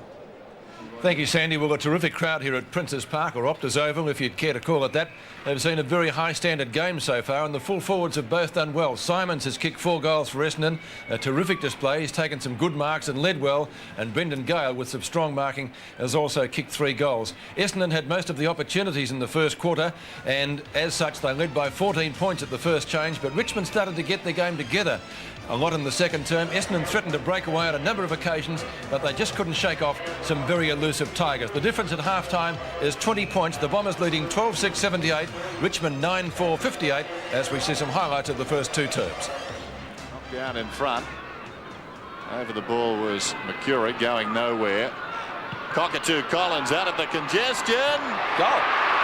Has it bounced through? I think it has. Turner claims he touched it. No, says the goal umpire. Cockatoo Collins making something out of nothing. Still he goes. Bond kicks to half forward. Murphy couldn't quite get there. Gale, he's already kicked 1 goal from a strong mark. Snapshot, looks good and gets it. Great kick. He went very close to the line with that kick. Deer punches from Alessio. Nation Masiti. Nation's first to get there. Long hand pass. Let's see if Maxwell can finish this off. Gets onto his left foot. Turns round. That looks pretty good. It's better. It's coming back just a little bit too far. I think he's missed again. No, he hasn't missed again. It's a goal. That's the impression you get at the moment. This youngster's been terrific. Hardwick onto Buick. Down to Simon's territory again. Well, Paul Salmon can take about half an hour sometimes to kick the ball. So, as I said, they're losing nothing. They could use Salmon in the ruck. What an asset that'd be. That's a great kick. Terrific kick. 4 goals to Simons. O'Connor barges his way through. Campbell punches down. Mercury goes at it hard. Breaks 1 tackle. That was nearly taken low as well. Shot at goal. Looks pretty good. Oh, great kick. Terrific stuff. Dia down towards half forward. Out comes Murphy. And that's a good grab. Yeah, that's a great grab. He kicks from just inside the 50. Good looking effort. It's a goal. First goal in the AFL. Mercury again, this time from right half forward. Bounce important here. Simons out in front of Turner. Knocks it on. Denham will go off the ground. Great soccer tactics. Tries it again. No. Snapshot. Goal. Great goal. High standard game, Bernie. Essendon threatening to break away on a number of occasions, but so far they haven't. Yes, no, they haven't been able to. 6 goals to 5 in that second quarter. The Bombers able to extend their quarter time lead from 14 points to 20 points at half time. But I think more people, well, most people wouldn't have expected such a competitive game from the Tigers, but they've been very good this afternoon. They lost out in midfield early, but certainly in that second half, Broderick started to get back in the game, as did Tony Free, and that's where they certainly got a lot of lift around that sort of area. But Paul Deere also has done a pretty good job in the ruck, I think, for the Tigers. Greg Deere. Make that Greg Deere. Let's look at the stats for the match now. Look, obviously got to get a little bit more out of Knights, who seemed to cop a heavy knock in the first quarter. He's been out of it, and O'Donnell's been terrific.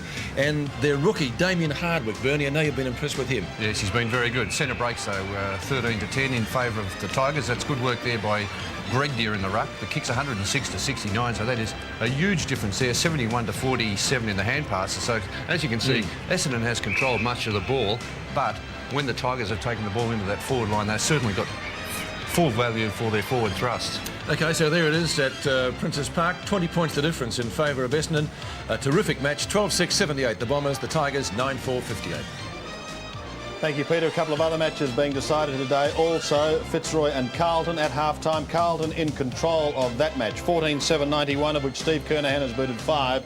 The Lions have managed just 5 for the half. 5-3-33. Doc Wheeldon has booted 2. Whilst down at Cardinia Park, always a tough ask for any visiting side. And the Bears are doing it extremely well after accounting for North Melbourne last week at the Gabba. They're on a roll. 7-6 of 48. Lappin has booted 2. The Cats are 7-5, only a point in it.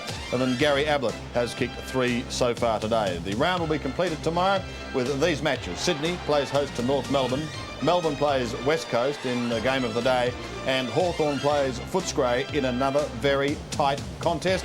Alan Joyce up against his old side. St Kilda, thankfully for Saints fans, having the bye, but it hasn't stopped their injury woes. We'll take a break and more shortly from Victoria Park, where scores are all tied up.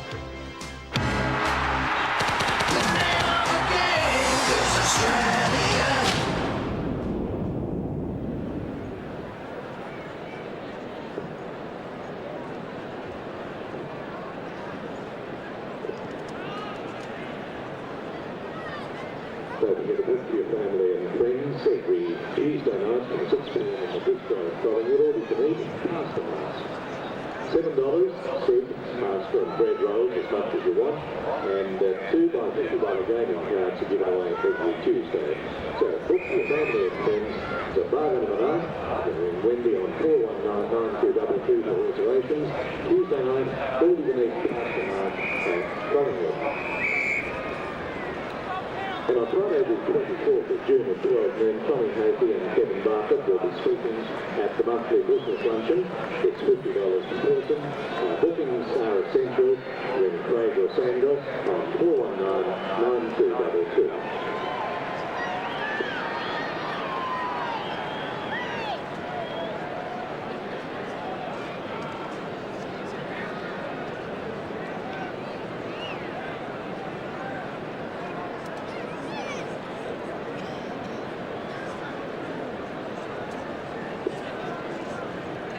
Souvenir stand under the Sharon stand is open all day today. That includes during the progress of the game. So if there's any souvenirs you want, the Tony Shaw $300 game poster, which is only $8, or anything else, remember that the souvenir store under the Sharon stand is open all day and during the game. So there's no need to queue up at the intervals. You can just go down there at any time and get what you want. The Little League today, as always, was sponsored by Hungry Jacks.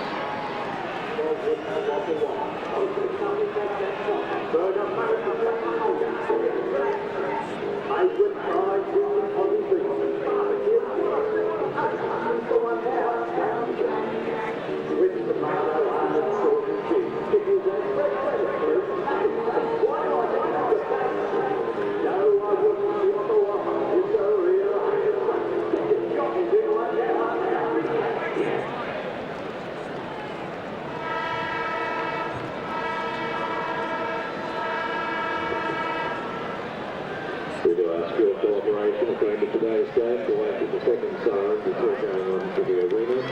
We'll please wait for the second siren with all the players on the pitches to bless the ground. And at the end of today's game before going on to the arena. Wait for the second siren.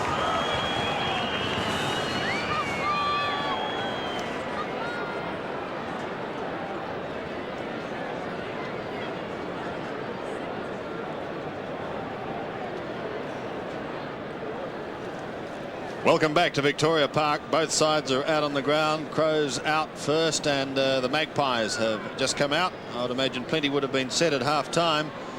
And at the start of this game, Neil Curley picked against the Adelaide Crows. But I tell you what, Curls, those midfielders led by McDermott and McGuinness are showing the way at the moment. Yes, they are playing well, and they have to, because our half-forward line is struggling at the moment, and so too is our full-forward area. Like Wren had the opportunity to kick 2 or 3 goals and just kicked the one, but it's the midfield players and our half-back line led by Anderson that are keeping the Crows in this game. And Collingwood, to me, they just seem to be playing spasmodic football. they're not playing very well. It's very quiet. I mean, everyone's waiting for someone to do something. It's eerie, very eerie. Yeah. Now, if I was a half forward or wingman like I used to be, if I was anywhere between 50 to 70 metres, I'd be popping them at goals, because at the moment they're trying to maybe find Modra too early, and by kicking the ball up in the 10-yard square, there's going to be a competition up there. Well, coming into the grandstand end here, that you can lose the goals in those grandstands. I think the players that come forward, they just don't quite know where they are, and as you say, they're Modra conscious. Restudio should have had a whack at the goals from 50 metres out, because he has the ability to kick that far. Now, the two great players, McGuinness and McDermott, playing excellent football for the Crows. Well, they are really keeping us in it, because I see Buckley on top of Restudio, I see Ruber on top on the other side, and Brown sharing the centre. So there's no great ascendancy there. Our good players coming from those small on ballers. Now, Peter McKenna, I'm sure you'd back me if you were about 50 metres out. You'd have a go at goal, wouldn't you? Try 80, Dipper. Well, I was going to say 90, but you know. Pete's actually wondering about Curl's two favourite words, our and we. Yes, I love the way Neil's our and we. Oh, you're supposed to be unbiased, Neil. And a bit of a chat Everybody going to knows centre. who I support, but I look at footy and I can judge footy, and Collingwood are not playing well at this stage. Here we go. Tony Shaw is on, and he's got the job on McDermott. And it's interesting because that is what Peter McKenna predicted at half-time. So from the middle, who can get it out? Jarman tried but couldn't. And a bounce will take place. Buckley at the bottom. And you're spot on, Pete. Yes, they had to do that because Chris McDermott was just dominating the whole game. Game number 301 for Tony Shaw. And possibly his last at this ground. So he'll like to go out at Victoria Park in a blaze of glory.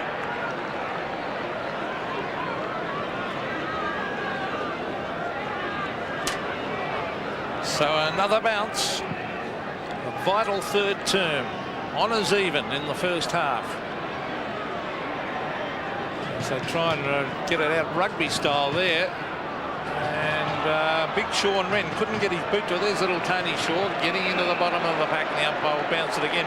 Wren's hurt himself. And Butcher's gone to half forward to pick up Anderson, who's so dominant across half back in that first half. So the bounce again, or Wren's hobbling. He still won the hit out. Sock it off the ground. Here's Hassel. Hand pass back towards the boundary line. McCartney's been very quiet. It's a hand pass out in front. Sock it off the ground. It's a real rugby style game.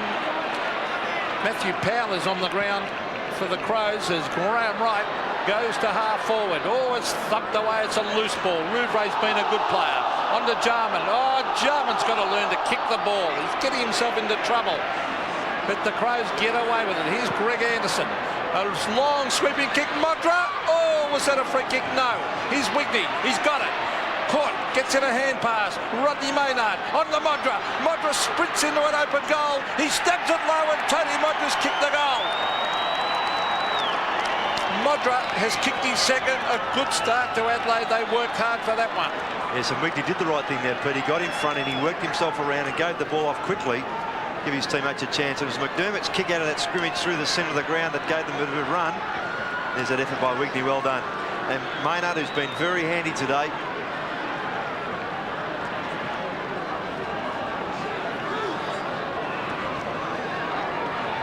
Crows by 6 points. Monkhorst and Wren, who looked to suffer a leg injury but appears to be jumping okay. McGuinness tries to get it out of the middle, off to Jarman, who gave it straight to the opposition on that occasion. Down to half forward. Butcher tries a deft little flick to accommodate Williams. His kick is high. It's wide. It might just stay in towards the 50-metre line. It does, and there's been a free kick being picked up. It's going to go the way of Collingwood, and it's going to be taken by Butcher. Yes, Josh Mail just got him out of the contest. Steps short and finds McCartney. Mickey McGuan's coming off. Alan Richardson coming on. Just inside 50, McCartney. So it's unusual to see Mick McGuan taken from the ground. Whether there's a problem, we shall know shortly.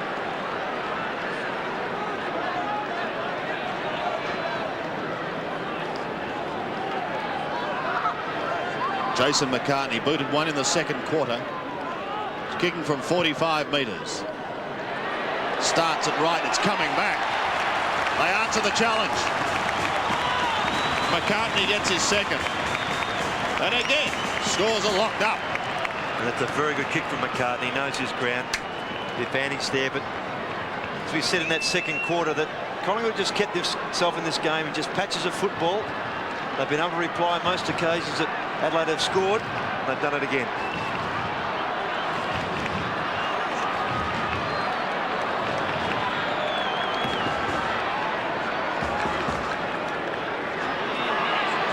Scores a level. Jason McCartney has kicked 2 as Andrew Jarman gets it down towards Modra. Tony Modra back to Wiedemann. He's on his left foot. He tries to hook it back. Here's a chance for Wigney. Wigney, the bounce will favour him. Ryan's with him, the former Richmond player. Taking it to the line, Stephen Ryan, and he helps it on its way over the line about 15 metres around from the Crows' goal. Mickey McGuan has been taken off the ground and he is not injured, we hear. It's not too often that he's replaced. As we see Ingerson versus Houlihan. Socket off the ground, and it's helped on its way by Gavin Krosiska. A point to the Crows. That was Johnny Hassel socking it off the ground, and the Crows lead by that point. Krosiska's kick is short. They're not out of trouble yet, but Richardson may get them out of it. Off to Buckley, who goes along, but there's no one there on centre wing, and he kicks to Mark Rashudo. Been his opponent in the first half. To half forward, Ingerson unable to take it. Rouvray at the back. He's got to get through some pretty heavy traffic. Rouvray does well. A high kick towards Wigney and Modra. The latter was the high flyer. Wigney goes in to use the body against Krosiska, and it is he for Collingwood who sees it over the line. Crows lead by a point. Looking for their first win at this ground in 4 years. Watson's kick goes to the outer side, but only as far as Hart. In towards half forward once again. Collingwood has the numbers at the back. Krosiska and Wright. The latter wobbles one towards centre wing. Mail got a shocking bounce. Jarman goes in against Butcher. Anderson is there also for the Crows. He's under pressure from Williams. Still on centre wing. Jarman tries to shovel it out, then pulls it back in under his body. And the umpire says, we'll have a bounce, boys. On centre wing. Wren and Monkhorst. Wren won that Jarman. Oh, he kicks it. That's better play. Wiedemann, good use of the body. Good play, Wiedemann. Also good play by Hassel to get it to Watson. The race is on. Rashudo has got the wide open spaces. Tony Shaw's after him. He tells Buckley to chase. Rashudo, no wonder. Here's Rashudo. Shipping it back. Jarman, now what will he do with it? He's going to bomb it in long. That's better football because Modra is there. Can't grab it. Maynard, it hits the deck. Still Maynard. He hasn't got any backup support. He goes to ground. Here's Wigney. Good pick up by Wigney. He's brought the ground. Good umpiring to call play on. That's the way to do it. We see Wiedemann gives it back to Hart. Hart chips it to Jarman. Jarman can't mark. They should be kicking it long. Now Jarman on the left foot. That is a better kick. Modra! Can't mark. And one behind. Well, he's doing plenty of leaping, but he's not hanging on to them. I think the last time you got up that high in your call was when you were singing. Oh. Well, he is exciting, isn't he? Yep. Quite right. 2 points now, the margin. Krosiska to the outer side. Monkhorst's his target once again. Brown waits down in front. It passes him to Jarman. He twists beautifully out of trouble, but his hand pass doesn't quite find its mark. Hassel and Richardson under all sorts of pressure, and eventually the umpire will pull it up. Gee, that was a brilliant pickup by Jarman, wasn't it? One grab and this has developed into a very desperate contest. There's the bounce. Monkhorst unable to take it. It's kicked high in towards goal. It's a floater. Krosiska, Modra, and pushed through for another behind.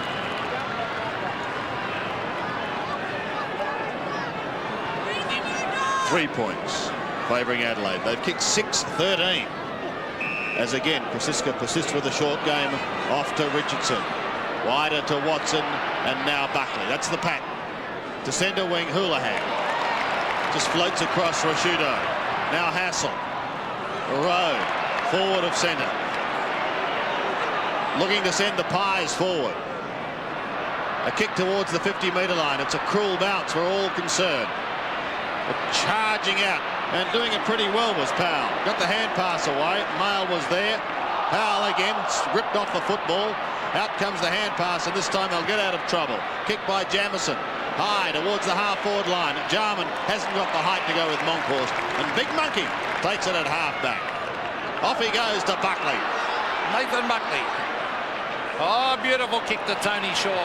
On the Brown. Brown a chance from 50. And the Collingwood champ goes forward and drifts it to the right and kicks it behind. Well, a good, hard contest going on now. This is anyone's game. 2 points in favour of Adelaide. They've had most of the players. You can see by the scoreboard. There's Ben Hart, who's playing very well. He's at half-back. And the umpire's calling play on. Now he's chipping it in short towards Wren. It didn't clear the line. Oh, bad hand pass by Wren. Kicked in midair by Hassel. Here's Anderson going after it. The bounce will favour Powell towards half forward. Oh, good smother. That was a terrific smother. Wiedemann on the Rouvray. Rouvray dodging. Onto the right foot. He's looking for Modra. Modra went early again. He's flying around in the air. It's not good play by Modra. He should be using his body a bit more the way it's going on. Krasiska. He gets it out wide to Alan Richardson. Make him sound like Douglas Barter, Pete, flying around in the air. Here's a Monkhorst on half-back. Hand pass towards Watson, put him under pressure. He did it beautifully to Nathan Buckley. And Bucks goes in towards half-forward. Rocker! Stolen, however, and Matthew Powell tidies up for the Crows. Going to the outer side. Finds his teammate in Jamison. Off towards Wren on centre wing. Likes to get rid of it pretty smartly. McDermott off to McGuinness. The lightning pair. See it move towards Modra. Again, a little too far underneath the football. Krasiska does well. Defends stoutly. Goes for the boundary line and finds Monkhorst there. He can pop it over the top to Tony Shaw. 301 gamer finds another one, and they're out of trouble. Watson, all the time in the world. He can walk to Wagga. Instead, he takes a kick to half forward. And an attempted mark, not paid. Close to the 50-metre line. And the umpire comes in for a whistle. Yes, and again, Graham Corns has taken Whitney off the ground. Chalmers back on. I think the time's come for Tony Modra to really lift himself here. The midfielders are dominating. He's letting him down up but he's there. Getting himself caught under the ball, Pete. That's right. And that last kick down there by McGuinness was a full forward's dream, that wasn't it, Ross? Back with the breeze. He's getting himself too far under. And he should have used his body, and he knows it too. He's a great player. And he knows that that was a real opportunity on Krasiska. Great play by Krasiska. It wasn't that one-on-one. Now, there's Tony McGuinness going to ground. Rashudo's there also. Now the little terrier. Bradley Rowe, 60 metres out. Centres it. Rocker. No mark. The ball hits the deck. The Crow. Oh, good play by Rocker. He went up and butted up. Gets it to right. Three of them. Right to Williams. And Paul Williams slams it through for a goal. Belongs to Rocker, that goal. Great play, Rocker. Williams has kicked two, but what a good effort by the full forward. Yeah, there's no question there, Pete. And they've looked far more constructive in the early part of this third quarter than they've gone for. They've been more purposeful, a bit more direction. And just watch this effort by Rocker once more. Pittman in this effort's hurt himself too.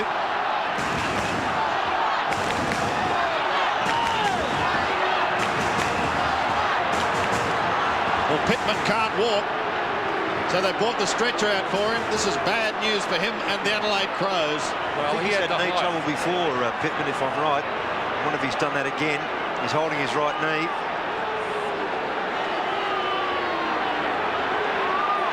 And Monkhorst has come out, and who's he talking to?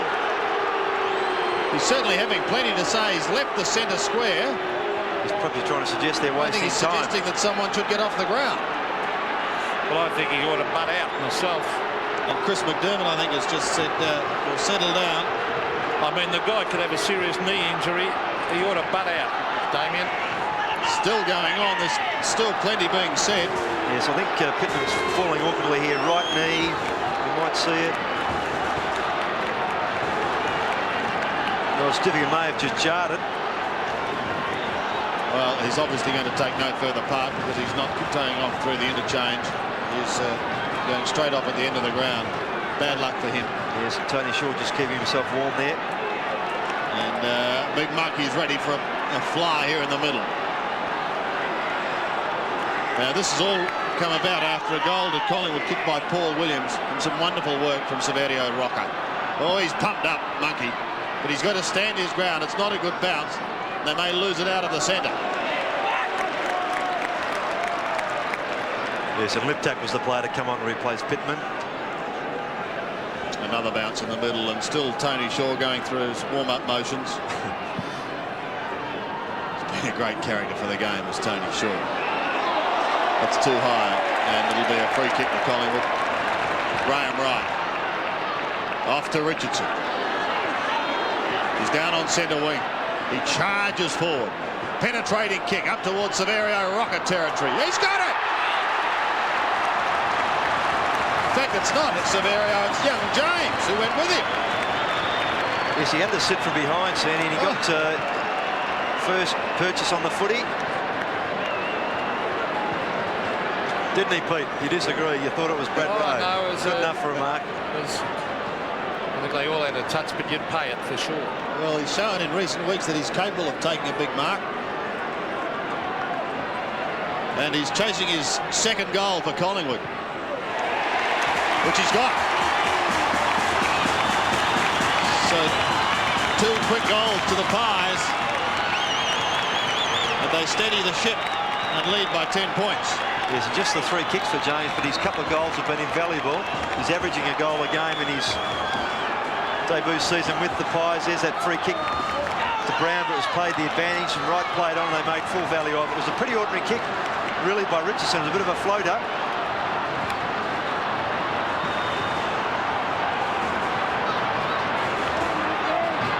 Handy little break of 10 points to the Magpies as Tony Shaw receives from Monkhorst to the half-forward line. Is that a mark? Yes, it is.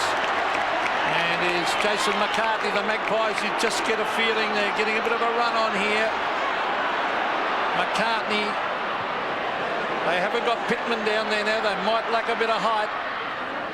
The ball hits the deck. James is there. They pounce in on top of it. This will be a bounce. 15 metres out from the Magpies' goal. They've really lifted Collingwood. They're getting a sniff of it. Yes, they've been forced to move Wellman back there. Pick up Rocca. So the bounce. Rocca. Oh, well played by Rocca on the left foot. And marked in that last line of defence by Greg Anderson.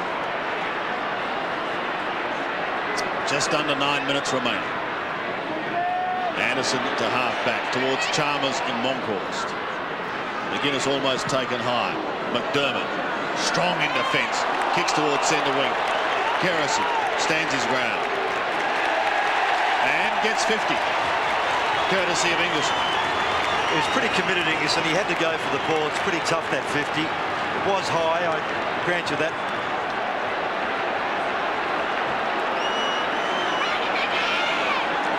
All of a sudden, Collingwood coming with a bit of a rush. Pass is on, and the lead is a beauty from Severio Rocca. Yeah, that's where those 50-metre penalties are pretty critical. I mean, when you've got to give one that's so far, maybe the 15 should be coming back. We've spoken about it so often, but as I say, Ingleson was committed, but the umpires made his decision. It couldn't have been against Ingleson, surely, in that tackle, because that was as he was marking the ball. It had to be after that, didn't it? Well, I don't know what it was for. Must have been for that, Pete. Yeah, for the actual tackle. So Rocca is going for his second from 40 metres. He's away to the right. With the post, Sandy, I think. Yeah. She's had a couple of costly misses as Alan McAllister looks on. Now, Pittman, what's the latest? Curls with him. Yes, and it's not good. His right knee, and I don't think he'll take any further part in the game. Oh, well, that's a shame. Let's hope that it's not too serious. Kick back into play, a big pack of players. Woolgrave and Chalmers both in it, so too Monkhorst and Wiedemann. Gavin Brown again at the bottom. Well, they have got the spare taller player too, when you've got both Chalmers and Wigney interchanging on the ball with Wren if they want to put a bigger fellow back. Now, here's Ben Hart that's held to him. And umpire Andrew Coates will come in and bounce. A critical time for Adelaide. The Magpies getting on top. Buckley and Rashudo pushing and shoving. I'm sure they would have met in the South Australian competition in the past. This is pretty tough in the pack there. Maynard is there. Kerrison. The umpire will bounce again. Buckley and Rashudo still going. I think Buckley's saying happy birthday for next Wednesday because Mark Rashudo turns 19 next week. Well, look at the pack here. There must be about 14 players around this ball. Jarman wins it. Out of the centre. This is where they're falling down. Wren has got a good play by the big fella. Now, Modra's one out here. He's got to get this ball. Here he is. And that's a good mark and a beautiful kick by Wren. Yes, and Stephen Ryan was very slow to get around and follow Wren, who's not exactly a fleet of foot player. Good kick though, Pete, as you said. So he must kick this for as far as Adelaide are concerned. He's kicked two. He's champion full forward. He is directly in front. They need it. There's the kick. It is close. I think he might have hit the post here. So a bad miss by Tony Modra.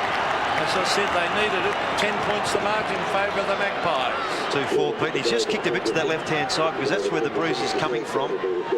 Over his left shoulder, but didn't push it away far enough to the right for him. Francisca again persists with the short plan, and as usual, it finishes with Buckley.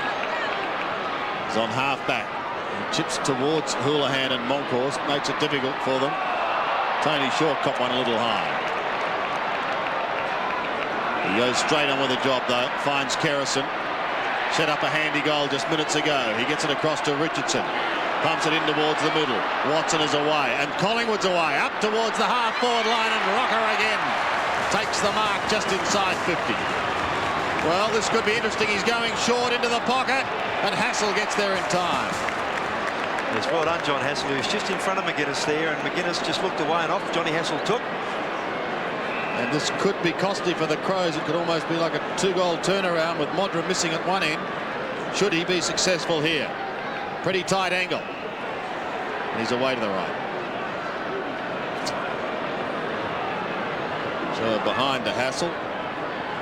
He's booted 2 of those for the afternoon. Both from that spot, Sandy had that little banana early in that first quarter. So Crows preparing for an interchange with Wigney warming up on the sidelines. Now the more dangerous kick. Come off Wellman mark, but he was covered as Howe gets it to Wiedemann. Wiedemann on the left boot. Oh, another dangerous short pass. Buckley gets in a hand pass. Hart is there. Oh, good play by Jamieson. Now McGuinness receives. Tony McGuinness on the right foot, trying to bend it back to half forward, but a good mark taken by Damien Houlihan. He gives it off to Wright, and Graham Wright transfers play. There's loose men everywhere for Collingwood. Alan Richardson marks. One bounce, brings it in towards Moncourse. It's a poor kick over the. Oh, Hart, that's shocking play. One-handed by Ben Hart, and that allows Kerrison to bring it into full forward. Rocker nearly took the mark. Sock it off to go by Rowe. Now Butcher. He went without it. Anderson should go to the line. Well played. And that's still in play, in fact. Oh, cleverly tapped back. Butcher couldn't get his boot to it. He goes to ground. He lies over it. And that could be holding the ball. And that's how the umpire saw it. A brave decision in front of the Collingwood Social Club. There's a Graham Corn just making a change. Wellman is coming off. Wigney to come on. Mail goes short to Hart in the back pocket. He's got plenty of room on that outer side with Chalmers. Brett Chalmers bounces his way across half-back. Kicks towards Ingerson, who marks on right half-forward. Got to get it down to that forward line because Moncourse dropping back to try and cover Modra. And what's he got now? Short towards McDermott. Oh, magnificent slips catch. Didn't pay it. Not paid. He did not pay it. Well, that's unbelievable. Houlihan may make him pay. They've got no one on Rocker too. Sandy's on his own. James gets it across to Shaw. He's only got to get it down there. He hasn't seen him yet. Kerrison gives the hand pass away. They're still mucking around with it outside 50. The kick's a shocker. It goes towards Rowe. Maybe he can keep it in play. It's touch and go. He's caught and he's gone over the line. And Sav is wondering what on earth is going on. Yes, Charman earlier on just ran that ball down that outer flank and just stayed down there. Didn't get back to pick up Rocker, and he's on his own for what seemed to be an eternity. McDermott still having a go at the umpire about the mark, and you don't really blame him as you see Anderson down towards Ingerson. He's got to move this ball quicker, Ingerson. Now Modra on the lead. He's got to kick it out in front of it, too high. Now Modra, is that a free? No. The umpire called play on as they charge in after it. Wing years there. Now Watson, the Collingwood defence, doing well. A hand pass. Out wide is with Graham Wright. Wright chips at the Moncourse. Moncourse bring it across to Houlihan. There's loose men everywhere. Collingwood through Watson. Stephen Ryan. He's going to look up here in the rocker direction. At the back, that's a good... Oh, not paid that mark. Oh, boy. Here's Rowe. I think the umpires have been told not to pay ticky-touch with marks. It's pretty obvious they're really not paying them today. Maynard. See, have a look at this, Steve. There... No, just knocked out at the last... Well, I've got air control of it, Pete. Gee. Anyway, play goes on. Nail down the middle. Big pack of players, but it's Rashudo at the back. Penetrating kick towards Modra, who just can't shake off Krasiska. Tries to get it out. Testing time for Liptak. He flicked it out illegally, and it's been noticed, and the advantage is paid. And away goes Graham Wright. Down the centre wing. Suddenly now it's been turned over to Collingwood. Williams goes towards Rowe in the pocket, and he takes the mark.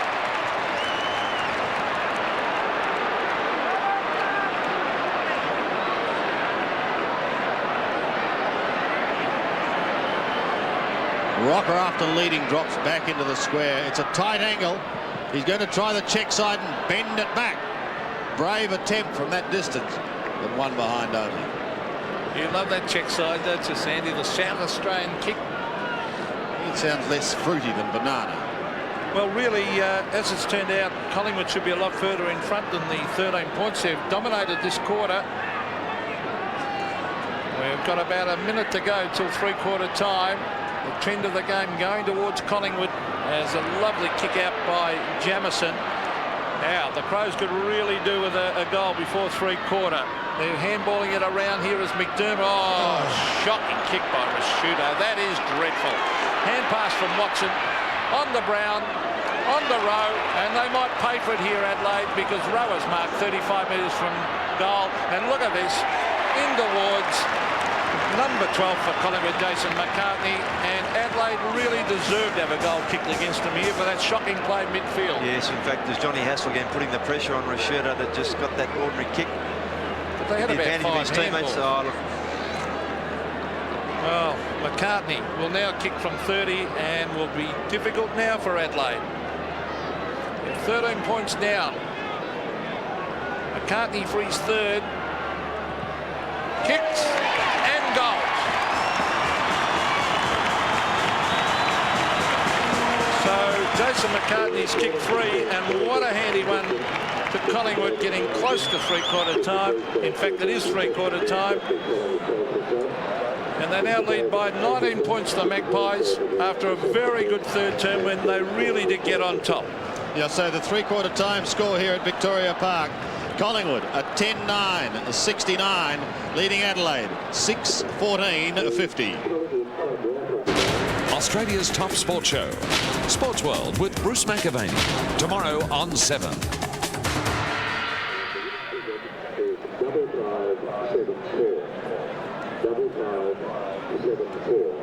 The winner can collect their prize from Maryland Corporate Public Relations Office under the sharing stand after the day's game. That is the Collingwood Club raffle winning ticket 5574, portable colour TV, given up from the Public Relations Office under the sharing stand after the day's game. And the Collingwood Cheer Squad raffle has been won by ticket 22995 in the name of Nolene. Collingwood official cheer squad raffle, Nolene winning ticket 22995.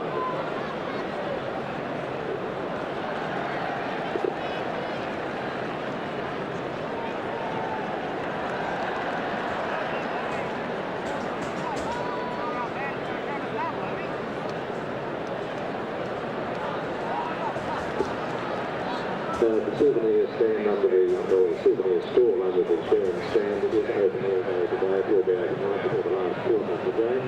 If you're wanting any souvenirs, there's no need to wait till the end of the game. You can at any any time, you'll be able to connect with. We ask your cooperation again to wait for the second siren after the game today. Before going into the arena, please wait for the second siren.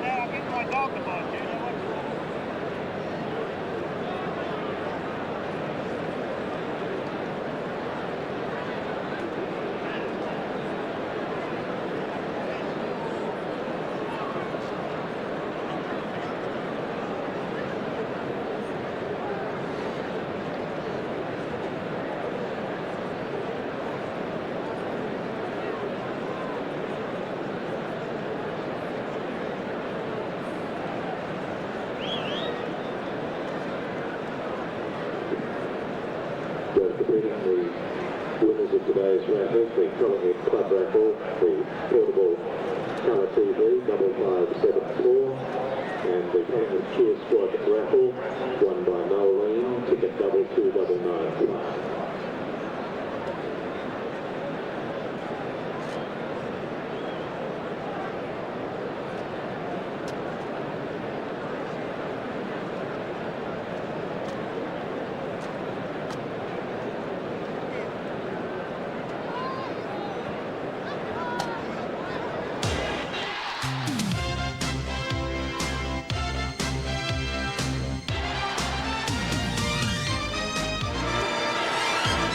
Big challenge now for the Crows, but if they're good enough, they'll get up. Collingwood at three-quarter time at 10-9-69. Adelaide Crows a 6-14-50 as we check scores in other matches being played today. First up, Essendon and Richmond. And Richmond sticking with the Bombers. Essendon a 15-9-99. Simons has booted 5. Good first up performance for Murphy at the Tigers. And he has kicked 4. Fitzroy and Carlton, well, Carlton in deep control. 19-12, 126. Kernahan has kicked 9-5, and that is more than the entire Fitzroy side has at the moment. They have it 7-6, 48. Will there be a boil over at Kardinia Park? Will it be the upset of the season? The Bears, 12-10, 82. Lynch has 3. Lead the Cats, who are 11-9, 75. Gary Ablett has 5. That would be a boil over of huge proportions, but it is not over yet. To our boundary riders, Dipper and Neil, and the Crows not out of this one. 19 points down, but they've got the job ahead of them after an indifferent third quarter. They certainly have, Sandy. And with me, the chairman of the board, the chairman of the club, and one of the selectors for the Crows, Bob Hammond. Bob, you had your opportunities today? Certainly had plenty of opportunities, which we've wasted quite a number. We lost a little bit of balance in that quarter. It's going to take a big effort this quarter, but I believe the boys can do it. It seems to be at the half-forward line all year. You've struggled there. We haven't really settled that line. There's some boys really battling pretty hard out there. If they can get just a couple of quick goals, we're right back in this. And what did Cornsey say to them at three-quarter time? Didn't get much of a chance. I think what they need to be is very direct, very positive about what they're doing, and not be overawed by the occasion. Now, you probably don't know this, but Neil did tip against you for the first time ever, Bob. Don't believe it. Thanks, Sandy. Thanks, Dipper. Curls and Bob Hammond. Nice to hear from him. Sandy. Thanks, Dipper. Curls and Bob Hammond. Nice to hear from him. So just about set to go in this final quarter. Can the Crows come back? They're still seeking their first win at Victoria Park. Collingwood, well, this is their last home game for the season. They'd love to finish on a high as Monkhorst gives it to Shaw, wide to Kerrison. Off he goes towards Hassel. First goal vital. Hassel caught by Rashido. Ball spilled free by McDermott. Had a sensational first half. Kicks to half forward. Houlihan, an effective spoiler. Waiting down for the Crows was David Brown as it's pushed over the line. Very good crowd in attendance here at Victoria Park. And a throw in to take place. 19 points. And that is very little in today's modern game. Monkhorst has a front spot.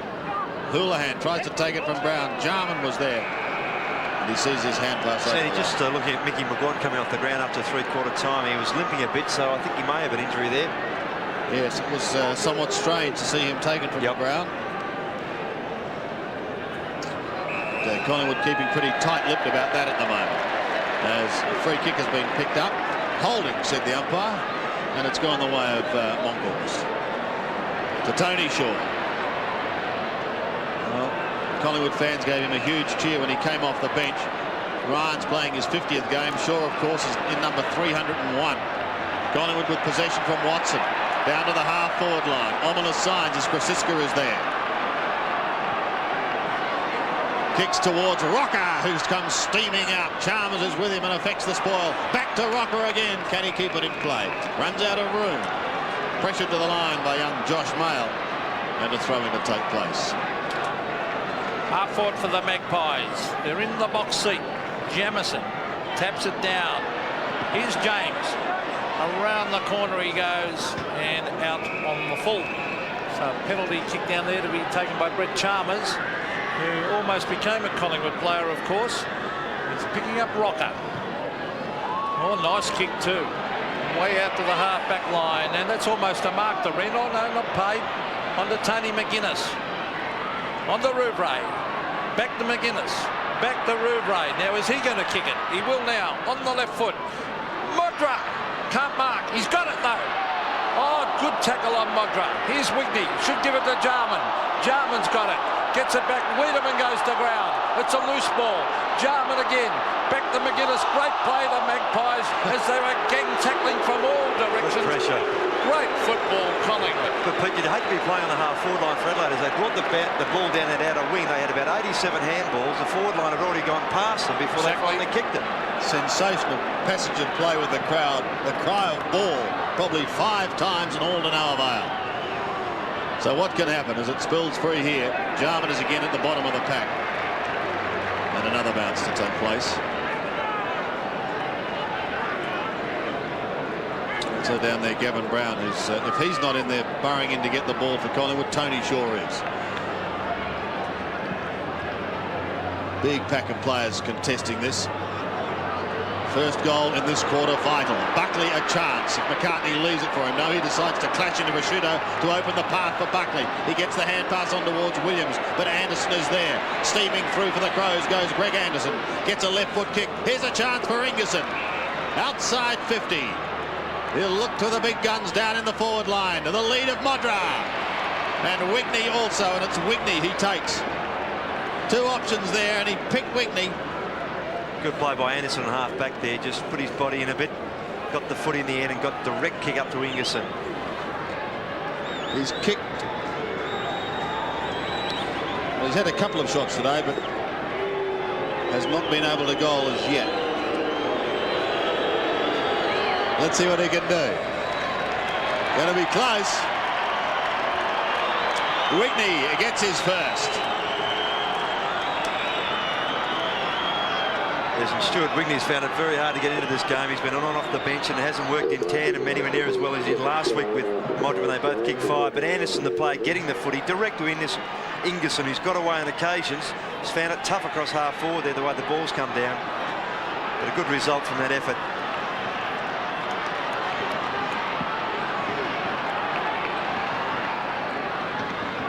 The Magpies by 13 points. Prosciutto, Jamieson, Jarman is there. Gavin Brown coming through the centre, and the umpire said he threw it. So it'll be a free kick to the Crows. Boy, if they got another quick one, it'll be a game. It'll be a real contest if Adelaide go down and get one here. Here's Brown kicking it wide. Jarman's on his own. A big chance for Adelaide. The stab kick in towards Modra and hits him on the chest. Now he must kick this for Adelaide's sake. He's kicked 2 and he's missed some sitters, Ross. Yes, he's kicked 2-4, Pete. Well, pressure on Tony Modra. He is directly in front. He's only 35 metres out after a beautiful pass from Jarman. And if he kicks it, they'll only be 7 points now. Tony Modra kicks, and I think he's missed this. Oh, boy, that is disappointing for Adelaide. The 5 points he's kicked, 2-5. think he's kicked 196 goals in his career. He could have brought up his 200 today. Well, that was a wobbly one off the boot, wasn't it? Graham Corns on the phone with this next goal absolutely vital to both sides. Rashudo the flyer, unable to take the mark. Crows have the numbers. McDermott can set it up for Wiedemann. Vaults once and kicks for goal. It's coming back. Was it enough? Very, very close, but just away for another behind. Crows doing all the attacking in these opening minutes. Krasiska to bring it in once again. Again, here comes the members' side. Rashudo as the flyer. Oh! On course, threw it down. Yeah. Rashudo to go back towards Wigney and Modra. Out comes Wigney. Can't take it on the half volley. It may open the door for Kerrison off to Monkhorst. Thought about the hand pass short, then wobbles it towards McCartney. Difficult bounce for him, and he's more than happy to see it over the line.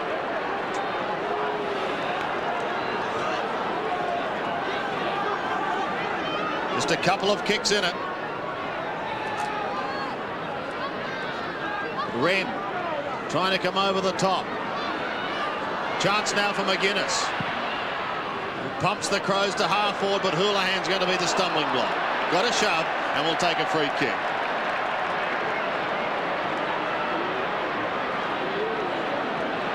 Damien Houlihan always thought about transferring play. Now he is. Out to Watson. Watson on centre wing. Good mark.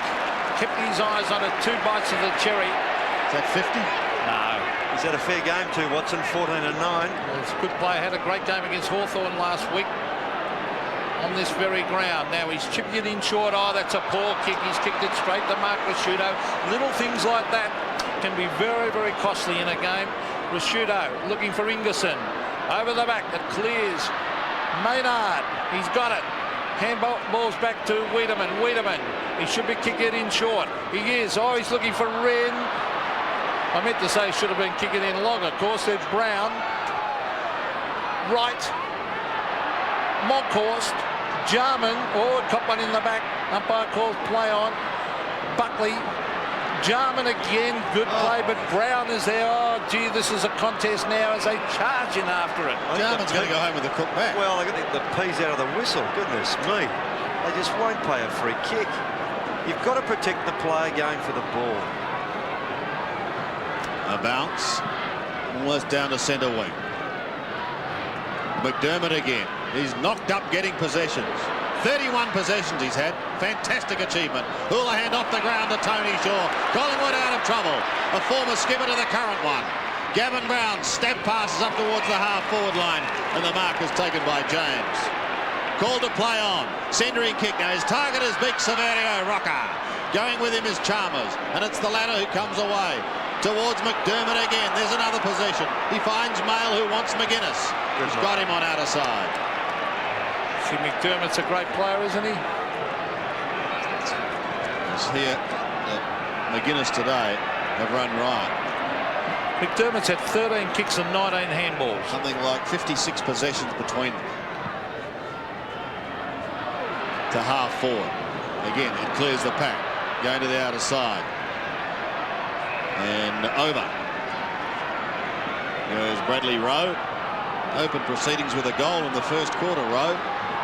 Collingwood hanging on, but only just. 11 points the margin. Here's Shane Watson. The Magpies in front. Tony Shaw. Under Gavin Brown. They've played many great games for Collingwood between them, those two. Here's Brown on the left foot. He's looking now for Rocker. Rocker and Chalmers. Chalmers thumps it away. Oh, good tackle. And this is Powell. Oh, the Crows have lifted. There's no doubt about that. They're playing good football now. Here's Jarman. There's a blue one behind, but we'll watch the ball down towards Ingerson. Ingerson can't mark. Houlihan's on top of him, and Houlihan takes it to the line. Great tackle by Chalmers on Williams. That's what Williams was upset about. He thought he'd get free. Well, it's at half forward for Adelaide. They're making a real challenge here. They're 11 points behind. Wren the big thump. There's no one there. That half forward line for Adelaide, very ordinary. Watson on the right. Right, the chip pass in front of Hassel. Hassel getting away from McGuinness. Oh, look at this. Bradley Rowe at half forward. Maynard nearly got him. Rowe, oh, good play. Sprints away. 2 bounces. Will he have a shot? Banana kick that he's missed. 1 behind. Well, he did the right thing. He was trying to draw Chalmers to him so Brock would be free. And he looked at him. He said, will I handball? No. Missed. 2 straight kicks in it. Matthew Powell delivers it once again. Rashido's the target. Gee, that was a good mark, wasn't it? He's a good player. Very good player. And, still a teenager, turns 19 next Wednesday. Anderson. Almost down to centre wing, Greg Anderson. The next goal in this game could decide who's going to go on with it. Yeah, very much in the balance this last 5 minutes or so. Oh, gee, Wren's put McDermott under the hammer. Tony Shaw may take advantage of it. Gets the hand pass away. Williams, will he get caught this time? Away he goes. Almost. He's inside 50. Has a shot in towards full forward, but it was a blind shot. Chalmers is there to take the mark. Shocking play by Wren. And look at this. Is he kicked out in the full? Yep. Chalmers is kicked out on the full. And it'll be a Collingwood penalty kick out there. It'll be taken by McCartney. He's kicked 3. Right. Jason Tony Shaw's filthy. He ran from the middle of the ground to make a lead, and the pass should have come to him. Jason McCartney is going to have a shot, I think. He might maybe looking for the short one. Rocker's saying to kick it now. But that hand pass from Wren back to McDermott, who was covered and went about 2 inches, the hand pass before. Now, McCartney, a beautiful looking kick. Up they go! Oh, Williams was the flyer off hands, and in fact it hit the behind post, so it'll be a throw-in. So the margin remains at 2 straight kicks, so that's 12 points. Working with Julius Sumner-Miller. Here's the throw-in. Goal! Bradley Rowe has kicked his second.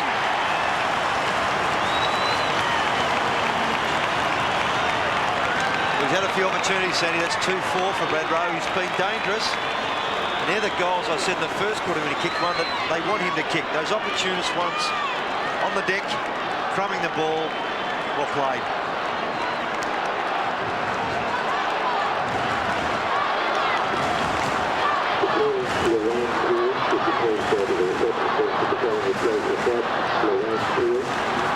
So the Collingwood chant goes up as we go back to the centre. It's now 3 straight kicks in this game at Victoria Park.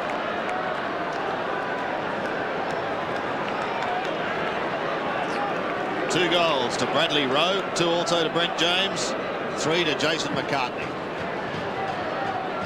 Monkhorst belts it back in towards the middle, towards Buckley. And a nice little tap will see him clear with a kick down towards the 50-metre line. Good effort then for a moment by Powell, but he's lost it. The hand pass by James is going to put his teammate under pressure. Anderson caught one as James tries to make amends. His kick goes straight to Gavin Brown. Off he goes to Monkhorst. To half forward, hassles his target. Williams comes over the top. They've got the numbers now, the Crows. McGuinness is away. Thought about McDermott, but elects to go longer.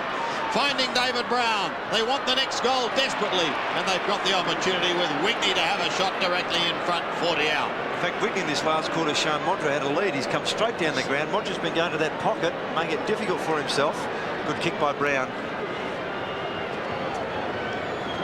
Stuart Whitney has 1 to date. That was earlier in this quarter. This is a must goal for the Crows. Is it away to the right? It is. 1 behind and an opportunity goes. Not sure what James was thinking of down on the half-forward flank here for Collingwood. He just handballed to no one. Should have kicked. Ingerson off. They've fallen down badly across half-forward, Adelaide. Wellman is on. As we see, Gavin Krasisku's done a fine job on Tony Modra. He's harassed him and he's been with him on every lead. Gavin Brown. Tony Shaw marks in front of Hartbeat. Now Nathan Buckley is free. There's a couple of loose players here. But Tony Shaw is going to go for one of his booming long kicks here. to centre wing.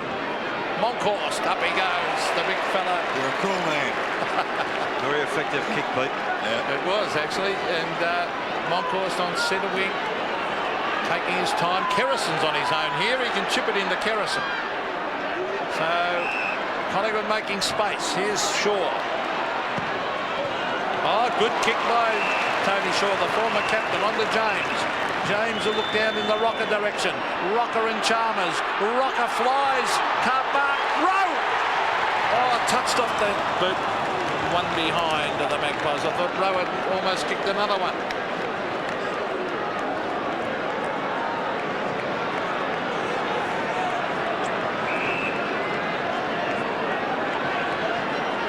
.77 plays 59. Powell's got to beat a couple. Taken over the line. Williams is in trouble. Oh, that's a knee injury. That is rotten luck. How many more knee injuries are they going to be this year? There's 7.5 minutes remaining in this game. How simple was that, Sandy? It looked absolutely nothing. The call for the stretcher has gone out. Oh, what a tragic way. Well, have a look. Oh, yeah. It did land doesn't awkward. take much, does it? That's just amazing. When you think of St Kilda at training, the injuries they've copped, game here today, Pittman. Oh, that is just a tragedy. Just a unfortunate fall. A very cruel thing to say, but the only thing it's done really is just hold up the game in Collingwood's favour and not allowing Adelaide to settle down. Well, that's rotten luck to Paul Williams. He immediately went for that knee that clutched it. Yes, there's no doubt he knew straight away. When you think they've got Ballantyne and Pert on the sidelines with knee injuries.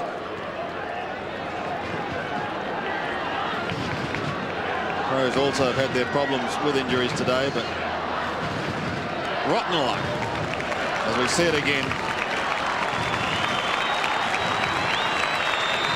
Just the awkward landing and the twist, and that's all it took to see a most disappointed Paul Williams leave the ground. Well, look at this as he goes. Oh, you can see that left knee buckle underneath him then. So rotten luck to a young player, Paul Williams. So as Ross said, this game has been held up, but it's certainly not helping the Adelaide Crows. They've got to get their game going and get goals fast to have any chance of breaking the drought at Victoria Park. McCartney has a front spot and he belts it down towards the pocket, down towards James. Can't pick it up and sees it over the line in the left forward pocket.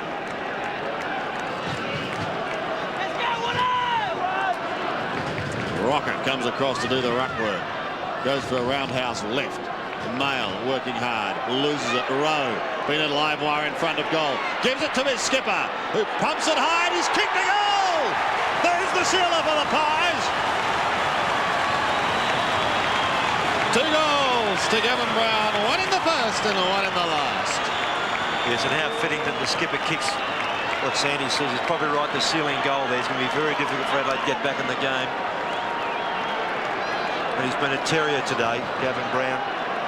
Had Ben Hart early, chasing him around. Jarman's been with him. A good handball coming to Brown, though. Gave him room to run into space. Terrific kick.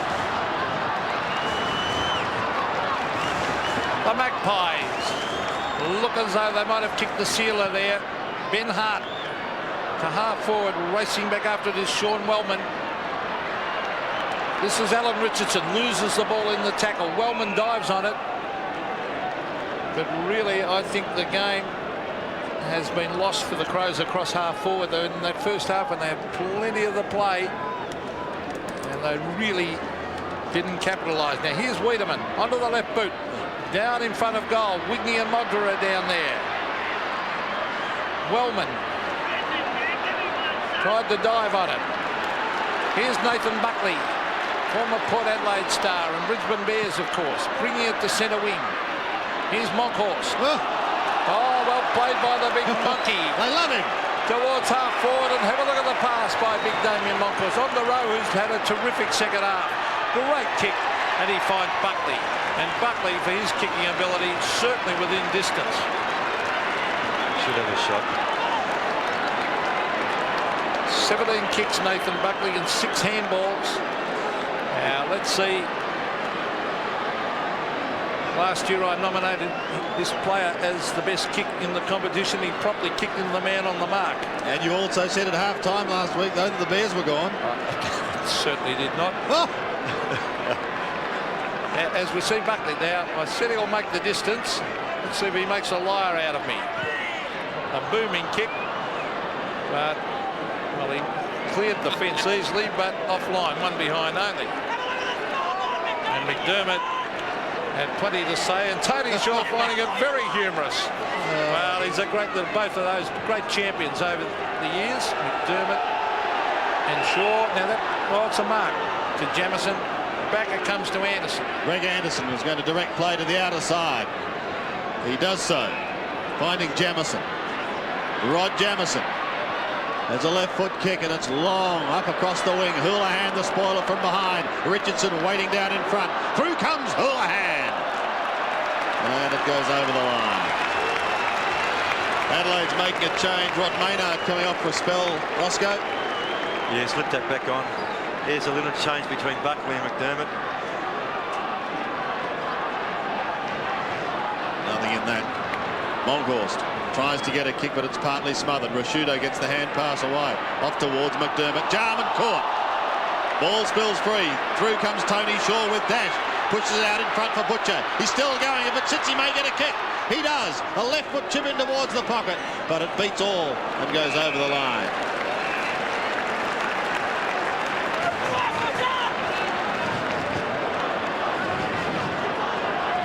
Throw in the left forward pocket. Under 5 minutes.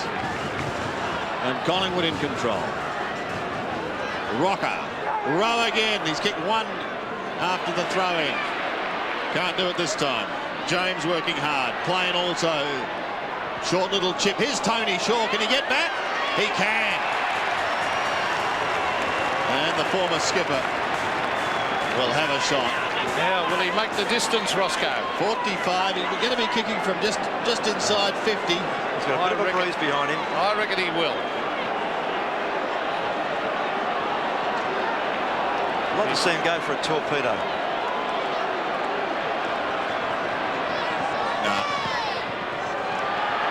Looks all right. Oh, he's made the distance and he's kicked a goal. Say goodnight to the folks now, Gracie. And well done, Collingwood, because they've withstood everything that they could throw at them right through this game, and they looked to be out of sorts early, but they just did enough at different stages of the game to get themselves in it, stay in front, just keep chipping away. And every time Adelaide threatened, Collingwood were able to steady and get a goal back, or just reduce the effectiveness of the Adelaide forward thrusts.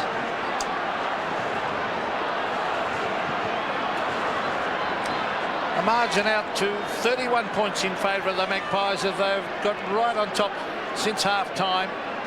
Honours even in the first half. As players pounce in on top of it, it'll be another bounce. Slightly towards the Crows' half-forward line. The Magpies, as Ross said, and we look onto a glum-looking Graham Corns and Mickey Taylor on right of screen, a former Collingwood player himself, of course. Now, Tony McGuinness. Nathan Buckley onto the left foot, brings it to the half-forward line. 2-on-1 here. Hand pass comes over to Butcher from McCartney. Back to McCartney. McCartney swings onto the right foot, brings it in toward Rocker. He can't mark. Here's Bradley Plain versus Anderson. Oh, good play, Greg Anderson. He's battled this game right out. He's been a good player. On to Jarman. Jarman chips it to Brown. Brown in towards half forward, and the mark taken by Rashudo. Rashudo swinging onto the right boot. He's looking here for Modra and hits him right on the chest, 50 metres from goal. To the hoops of the Magpie supporters. Tony Modra has kicked 2, but he's missed a few. He's kicked 5 behinds. He's kicking from 50. That's a nice looking kick. Was it touched? It was. Right on the line, it is touched. So a rush behind to Adelaide.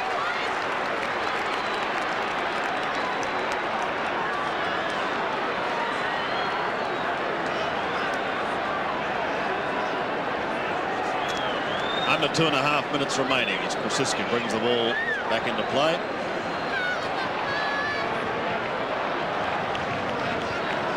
Coming the members' side, Houlihan, the flyer at the back with Monkhorst. Big Monkey claiming it. Can't take it. Wiedemann also working hard at the bottom of the pack, tries to shovel it out. Not easy to win it, but Jarman gets it clear. Kicks in towards the pocket, and Modra the flyer. But it just hasn't been his day in the air today. And it hasn't been without some verbal coaxing from the once great Peter McKenna. Yes, his timing's just been a fraction out, which is all it needs when you fly like that, and he's got himself under the ball. From the throw-in. Collingwood to clear once again. Over the head of Buckley.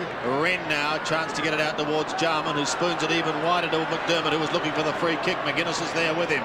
Wiedemann scoops it up with the one hand, gives it across to his teammate there in Jamison to full forward, and Wigney will have a shot. 25 out directly in front.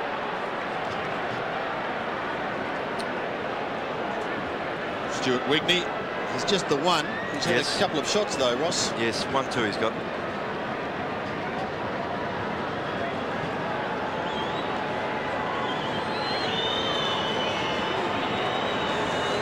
Tony Mottler being the only multiple scorer at this stage for the Crows. Now he's been joined by Wigney.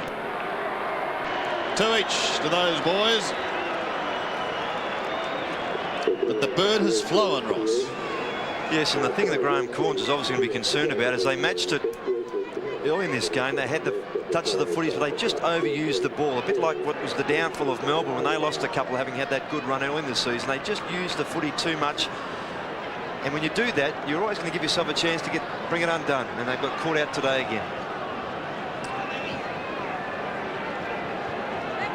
The Magpies by 24 points. Stuart Wigney has kicked 2 and Modra has kicked 2 for the Crows. Here's Tony McGuinness, who's battled his heart out all day. He's had 17 and 7. Very quiet in the second half compared to his first, of course, as we see McGuinness into the pocket, and he's found the man, Sean Wren, drifting down into the pocket. Johnny Hassel's really persisted against McGuinness. He's finished up with 14 and 7, which for sheer endeavour has been terrific. Well, Wren has kicked 1 goal.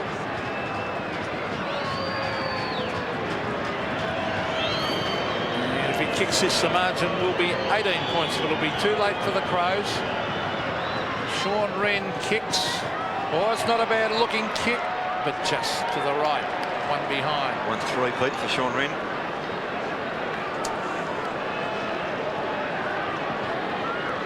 He plays 67. Gavin Krosiska again. Short to right. Back to Krosiska.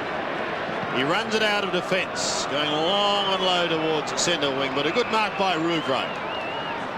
Going back with the flight of the ball, almost caught Jarman unawares with the hand pass, but he gets it away now to Mark Rasciuto. Rasciuto's in the middle, but they're mucking around with it. Short to Jarman. He in turn is short to McGuinness. Needs a good lead, didn't get it.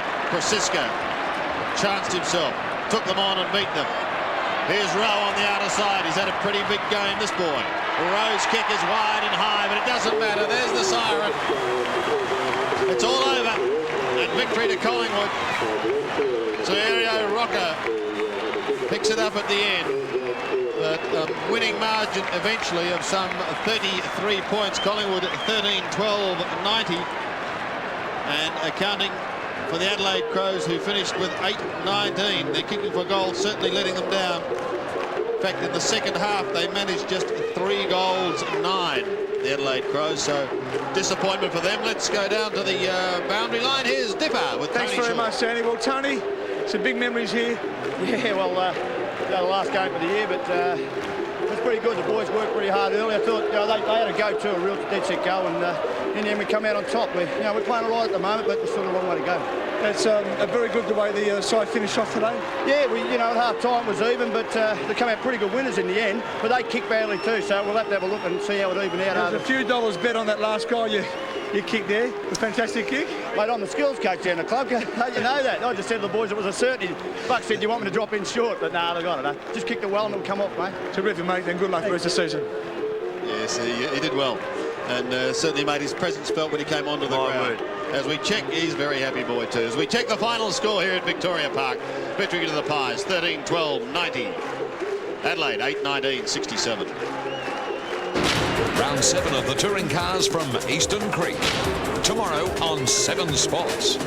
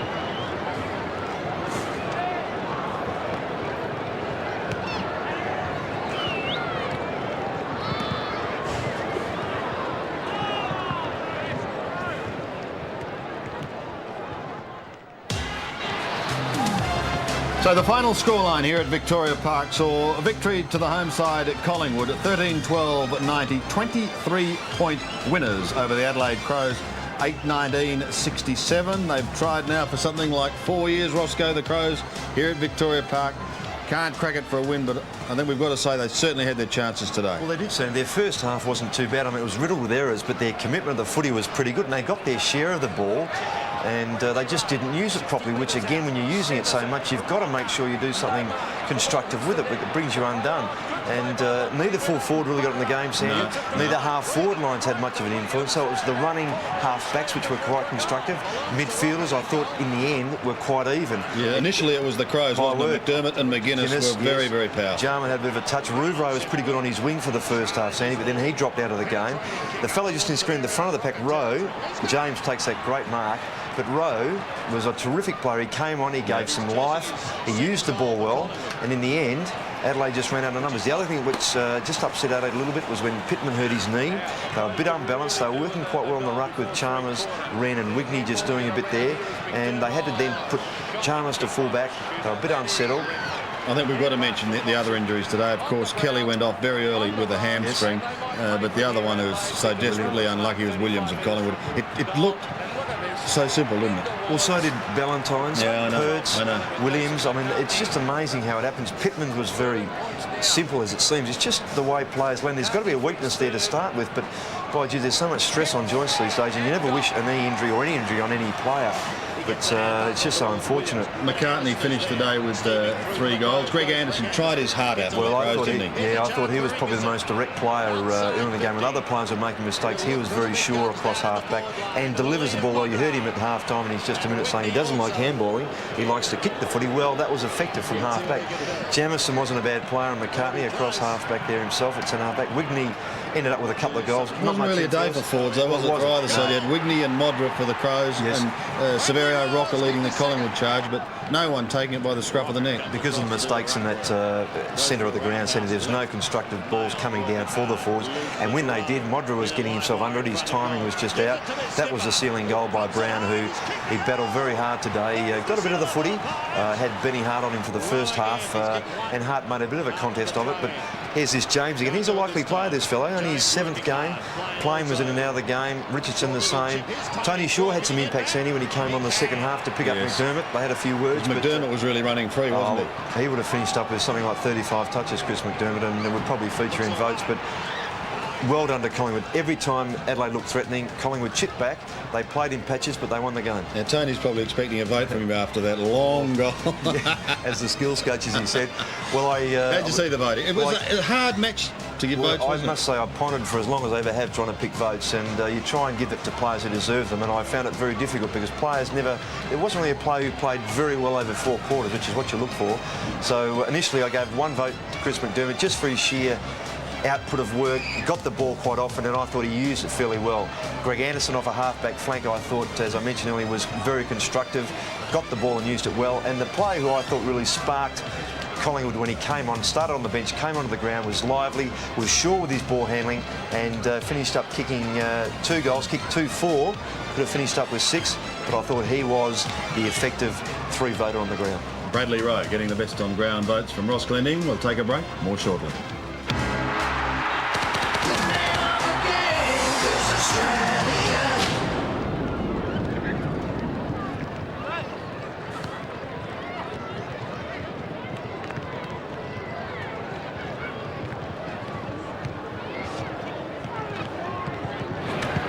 Where do we do that? What play do we Second half.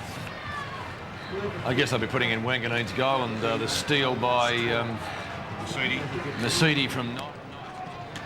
Hooks, can you hear me, mate? I can. Oh, magnificent. Who's that? It's Sandy. Sandy. Your game. Just sit right. Yeah. Oh, not bad, except Richmond got to within 10 points early in the last quarter, then Essendon stepped on the gas, and that was the end of the penny section. Yeah, but much the same here, mate. Oh, yeah. What was the margin there, Sandy? 23 points. 23. Yeah. Be a few pickles out there, wouldn't there? I'll just have that. Just wait till you have to go downstairs and you're waiting, the cab's not there. That's always good at Victoria Park. Yeah. Yep.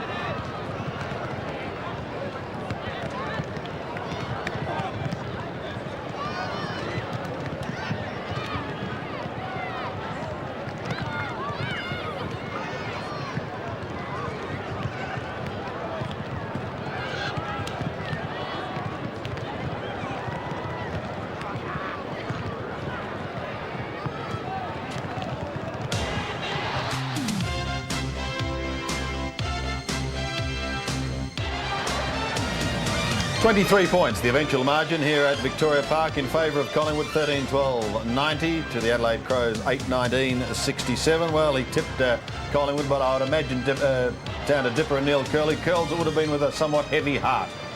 Yeah, it certainly was, but full marks to, full credit to Collingwood. There were times when the Crows threatened to take the game away, but they weren't good enough. Collingwood put the pressure on and applied pressure on a lot of their playmakers, and they deserved to win the game. You were saying before, Tony Modra still had opportunities to kick goals today. Well, Tony Modra has to score well, has to score heavily for the Crows to win. That's been proven over the years.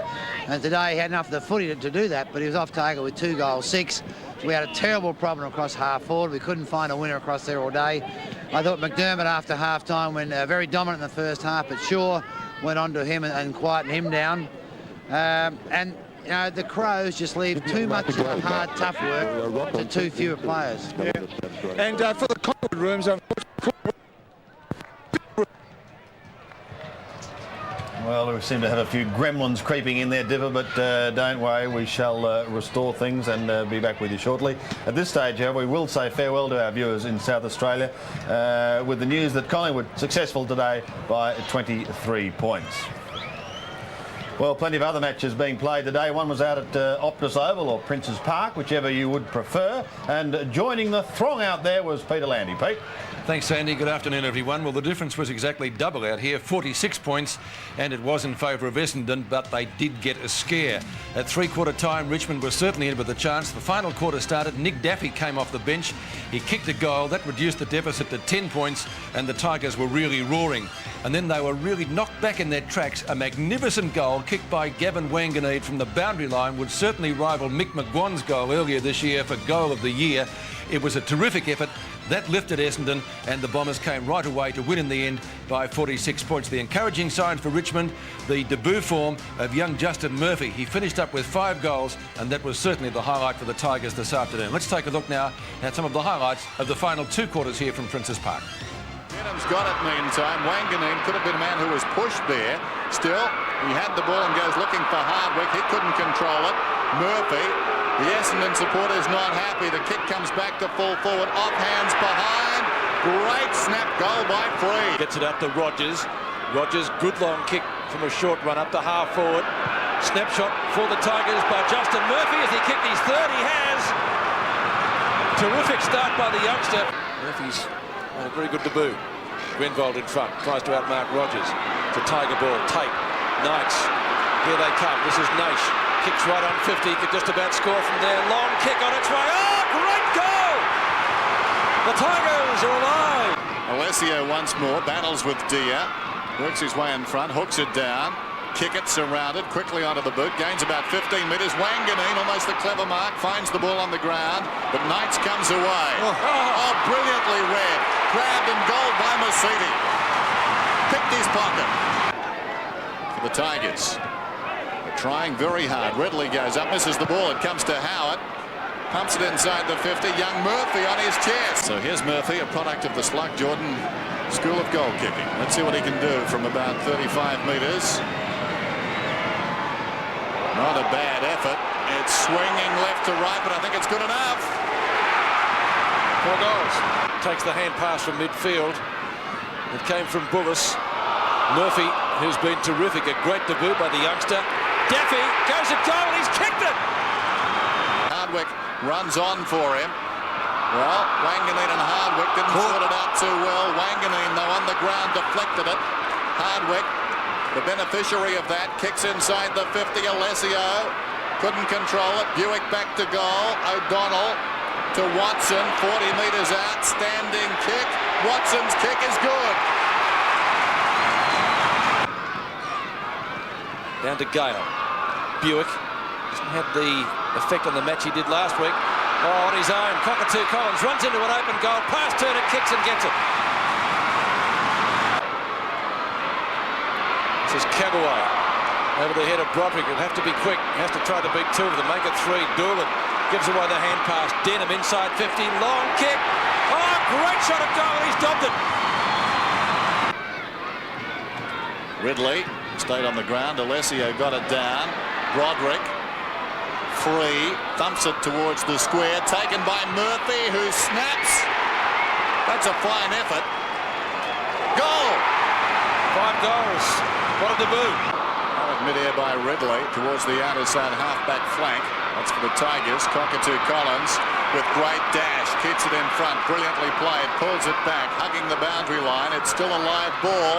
Out of mid-air. Wayne Gaveen! The goal of the year. Look at that. Well, it was a spectacular goal, Bernie. 46 points. Does that flatter Essendon, or is that a fair margin? Well, I think really a fair margin in the end, Pete, because they did control most of the play. Nearly 100 more possessions, or 77 more possessions than Richmond did have. And in the last quarter, they did finish it off spectacularly, kicking 9 goals 1 to 4 goals 1. But they are a very good side, Essendon, and don't forget they did win the premiership in 1993. And they still have Michael Long out of that side, Paul Salmon out of that side. So I think that Kevin Sheedy has produced a very adaptable side, capable of winning it again this year. Well, how did you rate Murphy's performance? Oh, great first-up performance by Murphy. 5 goals and kicks the ball beautifully. Magnificent display by him in the forward pocket. So a bright note on which to end the afternoon here for Richmond. Repeating the final score, the Bombers victorious by